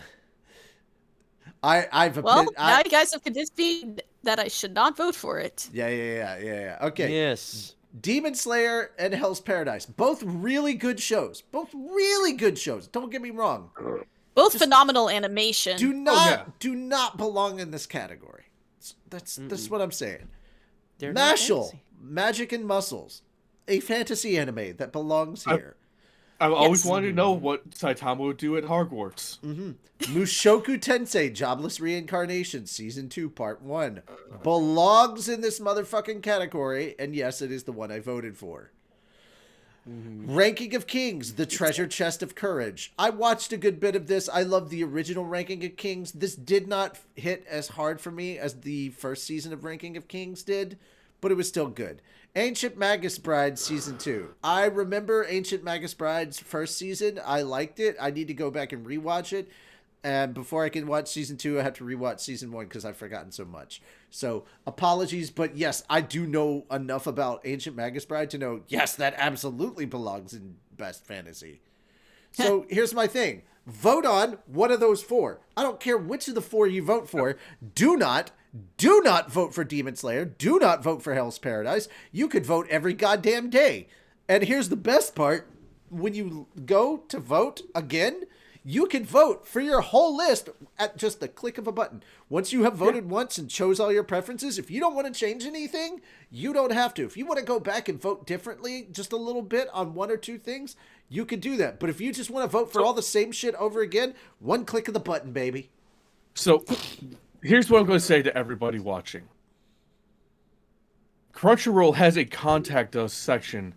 Go there and tell them to add a Best Supernatural option for Yes. the awards. True. Yes. Because that would add so much. Also, It would, and it would prevent this bullshit from happening again. while we're at it, if they're going to review an entire year's worth of anime with this Which competition, is from fucking, was it fall 2023 or 2022? no, winter to fall. Make sure that it goes winter. from winter to fall of that year. They have enough Make time sure to it's do that cohesive fucking year, so we're not looking at 2022 bullshit in the 2023 awards or 2023 in the 2024 awards next year. Because guys, if nothing else, by the end of November, we already know which anime from the fall season are gonna be on this list. But for example, Freeren's going to be on the 2024 fucking anime of the anime awards, which yes, it deserves to win something, but it should be for 2023. Yeah. Boy and the Heron will probably be on there, even though it deserves to be best. Oh, Even best though it gaming, deserves to be in the category of best gaming anime movie. Best gaming Yes. anime should be a category. Why? Because I want Oh, Shangri-La yeah. Frontier to win something, goddammit! Fuck yeah! It's so good. It's so good. I have to pee. He said in his least Vegeta-like way possible. And don't get me wrong, I love Sungwon Cho's fucking performance in Ranking of Kings. And I am sad that he is not part of the later choice. But Mushoku Tensei takes it. It has a, by far, much more engaging story and a much more compelling story. So the character is not in future seasons of Ranking of Kings, or is it Sungwon it's- opted out? It's not in the choice for best voice or artist performance in English, which is a tragedy in itself because Sungwon is a fantastic person Absolutely. and he is a wonderful voice actor. Maybe it's because they don't want to do certain categories again, which is also kind of, or they don't want to nominate people again, which is kind of bullshit, because they've done Yuki Kaji before for Eren Yeager. Yay, That's true. I mean, hell, they have Kaguya-sama up there. Fucking nominate Amanda Lee for a fucking change. True. She is a wonderful voice actress. Also, Yoshimi Phoenix. or I am just- sorry I missed that. The woman who is talking, hi, I am Shara Zor-El. I am the voice of Sokka the Lizard Girl, and also the voice of Miss Merry Christmas in One Piece Alabasta Bridge. Sokka is in That Time I Got Abridged as a Slime. Oh yes, the woman who simps over what's his name? Soe. That Thank was you. so hot. All right, so one last thing, and we'll move on. Or they could just turn all of the voting over to the industry and let the industry do it. So if we're gonna get fucked over, at least it's by the industry, and we know it's not a glorified popularity contest. Exactly. Good point. Yeah. I mean, I've already stated my opinion, which is they should do it like the video game awards, where the votes only count for 10%. So it's not a glorified popularity contest. The voting only counts for 10%, and the industry votes on the other 90. Or even if he was 25% out. Yeah, that's fine. Mm-hmm. This way, the same big wigs don't win over and over and over again all the time. All right, best drama. Come on, how many times has Kimetsu been nominated? Let's be honest. Well, God, I mean, way too okay. many. Here's the thing. Demon Slayer being nominated, I don't have a problem with. Demon Slayer winning all the time, I have a problem with. To be fair, same problem with Attack on Titan. Yes. So I can throw shade at all the stuff that's like way too overpopular. All right, best drama, Attack on Titan. I can kind of understand that one with all the people talking about the Eren stuff. I hate saying this, but isn't Attack on Titan technically fantasy? No, It is. All right, here's the thing. Kind of. Here's the thing. I'm gonna go ahead and go back to this. If Demon Slayer is a fantasy, then so is My Hero Academia. Honestly, My Hero Academia is more of a fantasy than Demon Slayer. Yeah. Because it has to deal with superheroes. If they put that in there, I would be All right, like, nah. So I can understand why Attack on Titan is in this category. It is most definitely not my winner. Best drama? No. Bitch, please. Heavenly Delusion was a much better drama, especially if you saw it. My Happy Marriage. Heard there's lots of drama in that. To Your Eternity Season 2. Oh my god, I need to watch To Your Eternity Season 2. I haven't yet. Vinland Saga Season 2. Vinland Saga. Oh, go ahead. And of course, my number one choice, the one I voted for, best drama of the year for me, Oshinoko. So it's best not drama, even a contest. By a mile, Oshinoko for me. Best drama for me was a toss-up between Oshinoko and Vinland Saga. Really? If you watched Vinland Saga, you'd know that the main character has to work with the people who killed his family. Oh, I'm aware. So, I know who Thorfinn is. I know what he has to go he has to stomach that while working with them with a smile on his face and not kill them in their sleep. And they go through all the fucking drama that he has to in order to achieve his goal. Yeah, it's kind of a toss-up for me. Plus, I'm kind of biased because I'm into Satru and it's a Viking anime. I love Vikings. Aren't you from Minnesota? Yes. Yeah, no wonder he likes the Vikings. Leif Erikson, 1000 AD, got here before Christopher Columbus. Fuck you. No one cares about Christopher Columbus, bro.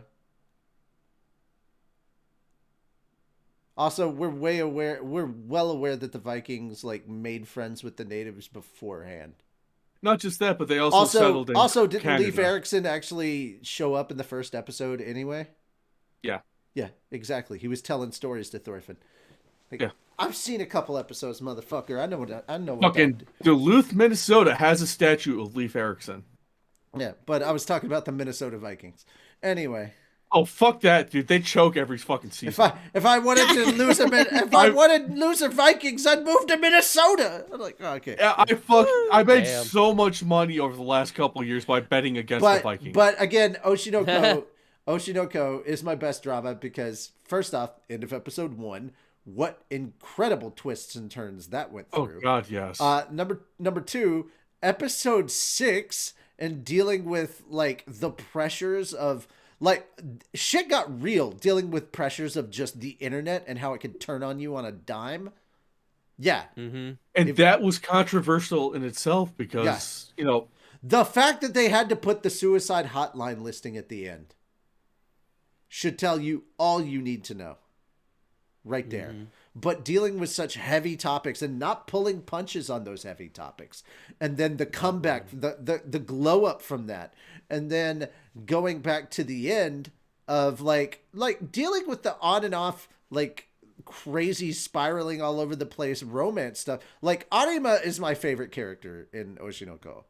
But like the pressure that she's going through, she doesn't mind bombing on stage if it's just her, but now she has other people that she has to worry about, and that terrifies her.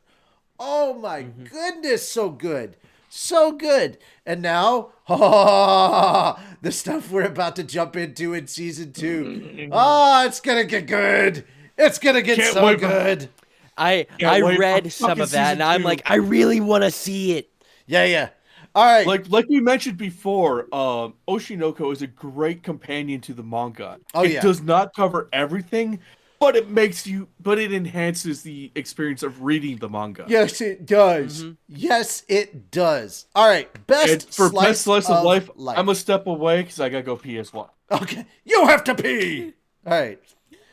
Once again, does not belong on this list because of the timing. It is not from the same year. Bocchi the Rock, even though it was very, very good, timing-wise, I think it's out. I have not seen Do It Yourself. I don't know what that is. Horimiya, The Missing Pieces, really, really good. Insomniacs After School, My Love Story with Yamada-kun at level 999, and Skip and Loafer. To be fair, 3 of these I know are more romance than slice of life, though Horimiya did have more slice of life moments than romance, so I gotta kind of give it that. And Skip and Loafer definitely felt more slice of life than romance. I think I voted Horimiya for this one. Insomniacs After School was really good, but it was more romance than it was slice of life to me. So, yeah, slice of life. Yes. Slice of lice. Yes. But yeah, I personally went with Horimiya the Missing Pieces, because that definitely felt more slice of life-esque, and I really liked that series. It was really good. Like, it's a good romance series that literally shoots its shot in just 12 episodes. Like, it goes through everything in 12 episodes, and Horimiya Pieces is basically the stuff that they didn't have time for in the first season. So it's like, hey, here's some extra content that we didn't have time to go through in the first season. You want some extra Horimiya? And everybody's like, well, yes, please, thank you. It does not detract from anything that happened in season 1. It was just really nice.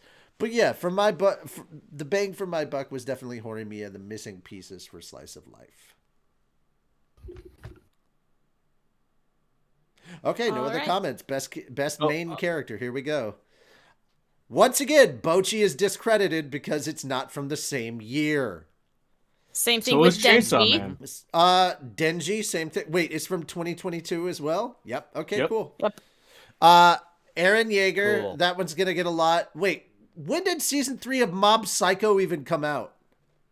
Give me a moment. I'm checking now. I believe that was It came out fall 2022. Also discredited. Fuck! last episode was December 22nd, 2022. So Eren Yeager, Monkey D. Luffy, and Thorfinn. I understand why Luffy is up Thorfinn. there. I understand why Luffy is there because Gear 5 happened. Yes. Yep. That is the reason why One Piece is on so many nominations right now, because Gear 5 happened and Wano ended. Yep. Honestly, between the 3, Here's my thing, Thorfinn. guys. Here's my thing, guys. Egghead Island is going to start off really neat and interesting, and then as you get to the end of Egghead Island, you are not ready for the end of Egghead Island. You are not ready for what's happening in the manga right now. Holy shit, Oda. You have gone dark, and I love you. Yes. Oda? More like God Oda. Goda. Goda. Yeah, all right. Panda Man Oda. All right, so Eren, Monkey, and Thorfinn. So Eren Yeager, Luffy, and Thorfinn. Why did I call him Monkey? What the fuck? Monkey is Kong. What do you want? Monkey D. Doofy. No, it's just Monkey. All right, anyway, Monkey to Luffy. Monkey. So we got Eren, Luffy, and Thorfinn. Thorfinn was my choice. Yeah, in this one, I kind of forgot things, and I voted for Denji. Oops. I was like, Chainsaw Man should at least get one nom from me. I was like, all right, cool. I'll throw one bone to Chainsaw Man. Why not? I will tell you which bone down, I Steve. threw to Chainsaw Man when we go through that category. Okay, I think you kind of already let it out of the bag in a way. Yeah, Best- I did. Best supporting character. Reagan, Mob Psycho. All right, that's out. Hange Zo Hanji Zoe. Hange from Attack on Titan. Kana Ariba! Yes. Power from Chainsaw Man. God damn it, I know who the people are gonna go for with the, like, do you remember all the power lovers and everything that were going on when Chainsaw Man came out? Yeah. Would not shut the fuck up. Outpowers, like God, they're so. Don't get me stupid. wrong. Hanji Good is a art. fantastic character. Uh-huh. Was not my choice. Same, was not mine either. I was gonna say about Hanji, I was going to vote for her, but given our rules, I was just voting for her because the way she went out was absolutely in character, and even though I read the manga, seeing what happened in the anime made me cry all over again. She went out doing what she loves. Gojo and Geto. I gotta be honest, guys. I voted for Gojo. I voted for Arima. I think Arima was a solid choice and probably should have been mine. And now I'm mad that I didn't vote for her because she is so good. But I didn't think she was gonna win. I was like, oh yeah, Jujutsu Kaisen gonna win this. Might as well vote for Gojo. Allow me to quote the meme. I am also mad that I'd win. No, I'm also mad that that Jujutsu Kaisen got 2 best supporting characters. What the fuck is up with this? Crunchyroll, get your shit together again. All right, this should not be a competition at all. At fucking all. This is my turn. I gotta use the bathroom. Best anime song is Idol, just hands down. You skipped Must Protect at All Costs. Oh, sorry, I did not see that. Must Protect at All Cost. Anya Forager. Hitori Out. Goto from Bochi, Out. which no, out. That one's out. Anya is out. Boji from Ranking of Kings, the second part, which is in. Miri from Buddy Daddies. That's who I voted for. Pochita is out. Pochita is Pochita out, is even out, though I but I love would have him. voted for Chainsaw Pochita. Man. And Suleta. Soleta Mercury. I love her, and she does deserve to be protected, but I gotta give it to Miri. Miri so much. Like, if you haven't seen Buddy's Daddies, oh my god, she's fucking pure. She needs to be protected. The last episode in Buddy Daddies it was so heartwarming, dude. Yeah. And yes, Suleta needs to be protected and guided along the right path. But god damn it, she has Ariel. She literally crushed a guy under Ariel's hand for trying to go against for trying to kill her fiance. I wish I had a woman who would do that for me. Get you a woman who will splat a motherfucker with a Gundam. Exactly. All right. Who cares about war crimes if it's for love? Best anime song. Once again, 100% Idol. It took over the world. Definitely. It took over the world. Does anything else even compare? But we'll mention them. Kickback from Other Chainsaw than Man. Kickback. No, it did not take over the world. That the does way not that count, Kickback though. Did. Yeah. Well, not only does it not count, it didn't take over the world the way Kickback did. Dude, it's not even. The way Idol it does did, not yeah. even deserve to win best opening sequence the way that Idol did. Idol, what was it? Idol topped not only Japan, but America too. Yeah, it jumped into Not only that, the Billboard charts for the U.S. Perfect time, Moon. dedication.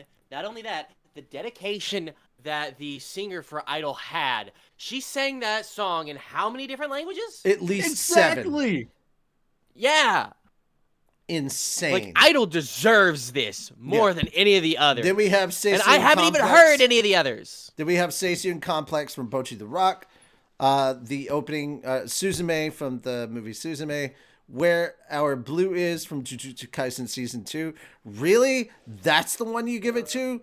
You Are My Special was the better one. Fuck off. Absolutely. Yeah. Work. I mean, here's the thing I from will Hell's say Paradise. about Where Our Blue Is. It is a nice little... It's a nice jam, and when that song came out on YouTube, I was listening to it during work, but You Are My Special just hits harder. Yeah, it does.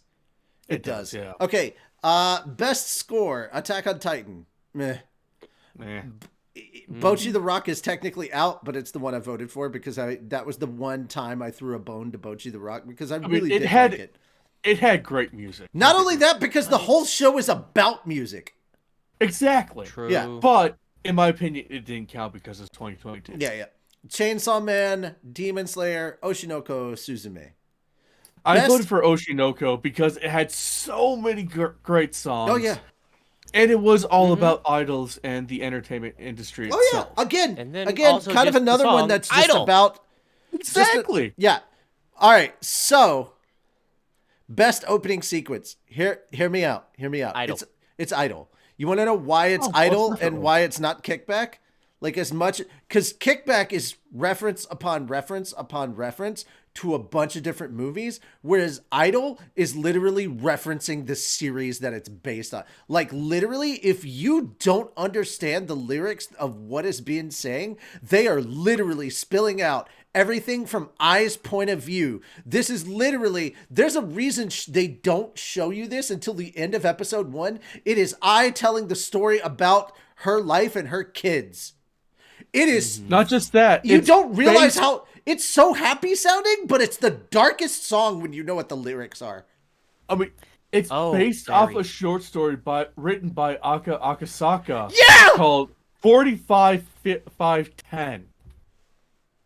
Which explains so much of Ai's experience in the idol industry. How much work went into just making the story for this opening theme? Not just that, if you watch the opening sequence, like the actual opening sequence itself, it references the backstory. It 100% does so much. I'm gonna have to disagree with all of you Oshinoko simps for a little bit. Just let me talk here. I'm not talking about Chainsaw Man. I'm talking about Song of the Dead, because A, that song is an absolute banger. B, the whole animation staff, 20 people. And it took them a long time to fully come up with that opening full of a bunch of dancing zombies in the background and all of that stuff. It took them until episode 8 and a lot of delays. Yeah, so that's my vote. All right, so let me go ahead and shoot that whole shit down right there. You just said it yourself. Delays. I'm sorry. If you can't deliver on time, get the fuck out of my nominations. I mean, don't get me wrong. If you cannot deliver on time, and hey, I understand you're a new animation studio and you did something absolutely brilliant with your first anime. Zom 100 was amazing. But if you cannot deliver on time, then maybe you shouldn't have released it when you did to begin with. Take your time with what you're doing. I get it. It's a good opening. It is not Oshinoko. And I'm not simping. I'm literally telling you why this one is better. We're spitting facts. You're spitting facts. But I'm just saying, I think ours hit a little bit harder. We're not simping. We're just straight up like, this is mind-blowing. It's amazing. And like the opening looks great. The they really encompass what it looks like to be an idol, and then when you're hearing the song, they encompass what it's like to live as an idol and have to have that secret life. Because as it kind of shows in the show, if any of that life gets out, they've got some very crazy fans. Plus, we're also talking about the opening sequence, not just the song itself. So. Yeah, on top of it being a banger, and we'll keep the song stuff out of it, but like the visuals, I mean, we'll have to incorporate some of the song, but the visuals go along with the lyrics so well, and that's something that just Oshinoko does with both its OP and its ED. Mm-hmm. So, now that we're on the topic of EDs, I have a feeling you guys are gonna say which thing is going to be I'm going to tell you this. I'm going to tell you this right now. Henris have his moment. I'm going to tell you this right now. The best ED of 2023 is not in the nominations list. And funny enough, it's done by the same artist as Idol. It is Yoasobi. And it is the ED, both 1 and 2, for Freerin. I will agree with Richie on that. However, back to the opening. Yeah, sorry. I will agree. Song of the Dead was a fucking banger. It is number 2. Loved it. It is number 2. Absolutely. It was so close to winning number 1 for me, but as Richie explained and as Moon explained, it ties into the anime so much better than Song of the Dead. Whereas Song of the Dead, yes, it had the zombies dancing in that and so on and so forth. It showed a bit of the actual story behind the opening. Idol, it explained everything about being an idol in Japan. And the ups and the downs and the fact they have to put on a fake smile and put on a persona in order for everybody to love them so they could succeed. I'm going to make one more comment on this as well. Now with openings, I will typically skip them because I'm like, whatever. Because most of the time openings spoil a show for you. Yes. With Song of the Dead, I watched it, and I watched the opening all the way through at least once because I enjoyed it. I like the song. If the song gets me, if the song hooks me within the first 3 seconds, I'll sit there and I'll listen to the song. I may not watch the opening animation, but I'll at least listen to the song. I've listened to the opening multiple times and watched the opening multiple times, but that's because I know the source material and I was spoiled. So nothing is spoiler for me for Solo Leveling because I've already read it. So nothing's spoiler. I'm just looking at it and I'm like, oh, for animes only, this is spoiler hell. So One Piece does less spoiler than this. But hold on, I'm not done.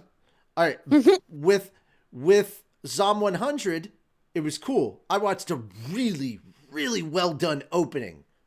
With Oshinoko, that wasn't an opening. That was an experience, and I have watched it every single time. And exactly. I have ADHD. I didn't skip it. And it's not just because it's on High Dive and they don't have the skip button like Crunchyroll does. To be honest, the opening I would have chosen over even Idol doesn't necessarily count because it started in 2022, but it ended in February 2023. What would it have been? Highest from Eminence Shadow. Yeah, no, I wouldn't have counted that. Yeah. Since it started in 2022, I didn't consider it because it started in 2022. I didn't even watch Eminence and Shadow until later this year. And I skipped all the openings and closings and everything. I just enjoyed Highest because it just, for some reason, it got stuck in my head more than Idol did. Well, that's the song, not the opening. Just the opening sequence. Yeah, I will admit Idol was more of an experience. Yeah. But for song-wise, I enjoyed Highest more. Okay, so ending sequence. Here we are again. I typically will skip the endings, even though they're not as spoiler-filled as an opening. So here we go. Akari, Jujutsu Kaisen Season 2. I don't remember it at all. Happiness of the Dead. Slow, not really much to write home about with the ending. I barely remember Happiness of the Dead. I skipped that ending. The Chainsaw Man outro, I don't remember it all. I honestly feel like, all due respect to Maximum the Hormone, there were a lot better endings than the one that they chose here. Yeah, at this point, I think everybody is just going to vote for their favorite show, not caring about the actual ED.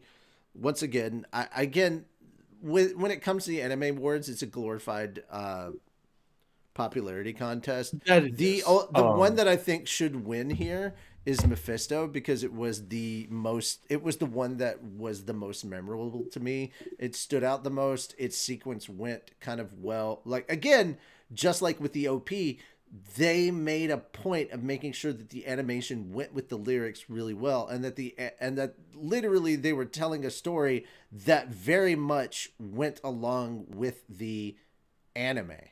So I haven't seen Oshinoko or its openings or endings. I know I need to change that, but that's why you're arguing against it. Oh, I got you. So, Richie, we should schedule some type of watch along for Oshinoko and one of the servers. I don't have time. Hell, I'll host it. You'll have to see when I have time because work. Honestly, some endings are better than openings. Like Blood Teller for fucking Future Diaries was much better than the opening that I agree. I can't even remember the name of. I agree. 100%. Biscuits, fuck this tea. 100% comedy from the Spy Family, the ED, the first ED for Spy Family, way harder of a banger than the OP. But Mephisto, in my opinion, was much better than Idol. Okay, I still listen to it every day at work to help me get through the bullshit of hearing people complain about their internet and phone outages. Than Idol. I mean, yes, Idol is great in its own right, but Mephisto, if you watch the actual music video for it, very much appeals to Oshinoko fans itself. Because Queen Bee is a fucking idol, and she gets hurt during the music video that basically should put her out of commission, but she still goes out and stage and performs. literally, it's kind of telling the story of I through that music video. Yeah, exactly. It's not just an experience with the ending sequence, but an experience in the music video as well. It's kind of telling I's story, but like to a darker degree, because she is literally fucking around and finding out. Exactly. Yeah. The other thing I will say before we move on is Queen Bee's vocals go crazy places. Again, like I said, I haven't seen, like, when I heard this little bit of vocal, because I watched this channel called The First Take.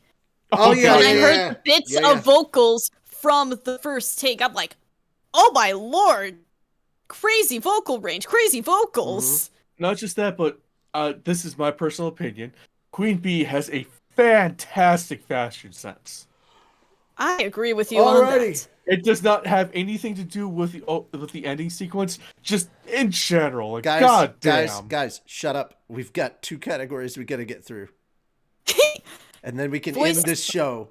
I'm not going through the voice actor performance for every voice actor. We're only doing Japanese and English. Japanese and English, that's all we can do. We're already 20 minutes past time. Oh, shit. Yeah. You showed up at the tail end. We were supposed to have been done before you showed up. Exactly. Sorry. Yeah. Like, we all 3 of us expected this would take a bit longer. We were going to do a rant. I wasn't initially planning on ranting this long about each category. I was just going to be like, here's the nominees. Here's who I voted on. Here's what we're not counting. That's it. And we went on rants. Yeah. To be fair, Richie, we are all going into rants on this compared to last year. Oh, God, yeah. When it was just last year, it was just you. Yeah. This year, it's all of us. This year, we all have a bone to pick. Yes! Yeah, we're all like, oh, come on. All right. So, in the not only in expediency, but because I know most people don't actually pay attention to the actor, they just care about the character in the show, I'm just going to do it that way. All right. The nominees are Anya Forger for Spy Family Season 1, Core 2, which doesn't count because it's from the wrong year. I thought it was Oh, no, wait, it's Anya, sorry. It's Anya. Denji from Chainsaw Man also doesn't count because wrong year, wrong season. Monkey D. Luffy. You know what? Mayumi Tanaka, bless her. She's in her 60s and she's still voicing Luffy, still going strong. Bless her. She's killing it, man. Absolutely. Bocchi from Bocchi the Rock. Get out of here. Wrong season, wrong year. All right. Eren Yeager. I can understand why it was voted. Not my personal pick. That's all I'm saying. Gojo from Jujutsu Kaisen Season 2. I can understand, and to a point, I can kind of agree, but Gojo doesn't have nearly the emotional range that Luffy has to go through. Absolutely. Probably the character that had, from what I've heard, the most emotional range out of the 3 that technically count would be Eren. But goddamn it, my girl Mayumi Tanaka deserves a fucking win, so I voted for Luffy. Absolutely. This is the one where I threw a bone to Attack on Titan. Yuki Kaji fucking killed it with the whole range of emotions they had to go through for Eren. Mm-hmm. Going from, the dark, depressed to the fucking maniacal, hey, I'm fucking right, deal with it bullshit that Eren did because, he's a fucking psychopath. All right. Let's face it. And then in later seasons or in later specials, when he meets up this one kid, he starts crying because he's like, I'm gonna have to kill this kid and his entire race. I am so, so sorry for the pain I'm about to cause you and everyone else. Hey, Jaeger, you're a monster. Who cares? Get over it. We don't care anymore. Like I said, it was the one bone I threw to Attack on Titan because the performance was spot on. Hey guys. I loved it. Guys, guess what? Finally a category without Attack on Titan. Hey! There we go. Yay! There we go. Let's fucking go. All right, so I'm gonna tell you right now, I voted for my boy Johnny. I did too, even though I was depressed that he didn't get put up for For Vash. For Vash, yeah. Yeah, I was a little mad about that, but having Johnny and two characters, even though I think Vash is probably the more emotionally varied character versus Ichigo, Vash the Stampede, especially that version of Vash, The prequel Vash, prequel Vash. Oh my god! Before everything, oh my god, it's so good. Anyway, so we got. All right. Oh. Again, I'm just gonna go on my short little rant here. This is the only bone I threw Chainsaw Man.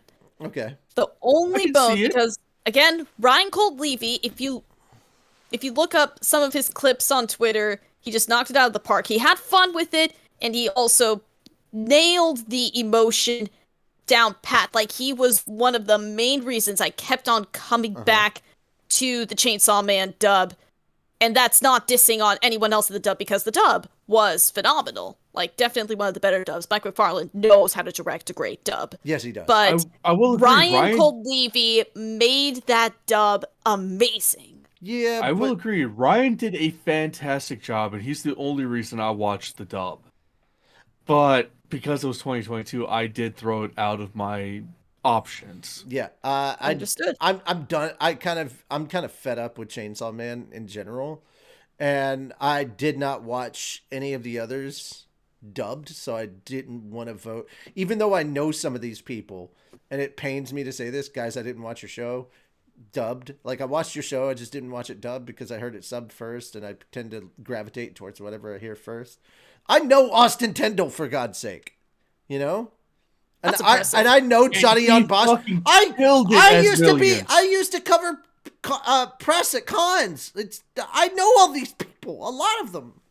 But Austin killed it as Millions. Yeah, he did. But he was not my choice. But I mean, I listened to a bit of the dub for Trigun, and I was like, yeah, it sounds about right. I'm going to go back to the sub because that's what I was watching. And that's like literally, I came in and I watched it and I was like, that's cool. You see, guys, here's your Fat Dog news. We heard you. You said yes. We're doing it. Took me 28 fucking pages, but we're doing it. All right? Solo leveling is happening on Sundays, every other Sunday, starting February 4th at 6 p.m. Central Time. So I only have 2 hours to kind of wind down from Anime Church if it ends at 4 p.m. and then have something to eat and start getting ready for the live show for Solo Leveling every other Sunday. So, that having been said, hope you guys look forward to that coming out next month. I do have a little bit of bad slime news. Slime 9 seems like the episode that is cursed. I was going to be doing recordings and directing with Kat for the pickups that we needed for her for the final scene that we had. She's sick. She lost her voice. She's sick. And it's like, motherfucker. Fuck. So may not be this month that we get it out to you because I need that last scene, you know? But the credits are basically almost done. Got to get the song is basically finished being recorded. We just got to get the harmonies in and it's done. That's it. We got to get harmonies for Steven the Tempest Wolves as well, and that's more or less a wrap. As soon as we get this one set of lines recorded for Rimuru, we're more or less done with the episode. We can cut it, package it, ship it, be done. Well, we've got to add the background music. That's basically all that's left. And we should be golden. So, hope you look forward to that. Sorry this took so long. I know we complained a lot, but hey, sometimes our bitching is entertaining. We go off on random tangents, and well, most of the time it's relevant. Hey, at least this time I wasn't the main tangent person and rant person. I had fun. Yeah, we all took part. We all had our. I had fun passing the mic over to you guys and just letting you go. It was so much more fun this time. Oh, it was. You see how entertaining it is. You missed it, Char. For 3/4 of this show, I was very hands off.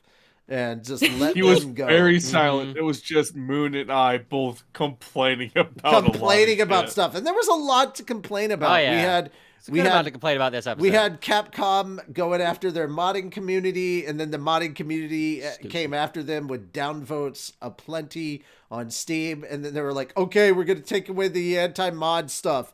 And we're like, "Yeah, you goddamn right you will." And then we had like, Fuck you, Capcom. then Steam is allowing AI development from their game creators, so they're letting game developers use AI in their game creation, which, oh boy. And of But course, you came here for the Steam Anime gets- Awards fails, so yeah, there we are. But with this Steam AI, at least Steam put out the requirement that the game developers label it with AI. Yeah, so Yes. you can just kind of skip it if you don't want to play it. All right, that's basically it, guys. We've talked enough. Oh, still the one shining ray of good news. We can't wait to see Plus Size Elf get its anime. That's gonna be fun. Fuck yeah. Yeah, that's gonna be good. That Yes, please. So I haven't read the manga, but goddamn, am I looking forward to the anime. okay, I was hoping I'm to end looking on a forward to happy what note. people make for that manga or anime. I was hoping to end on a happy note, not a thirsty note. God damn it! All right. I'm pretty happy. I don't know what you're talking about. Happy in the pants. Thirsty is happy. Bye All right, later, guys. Bye bye. bye. We'll see you tomorrow for more slime.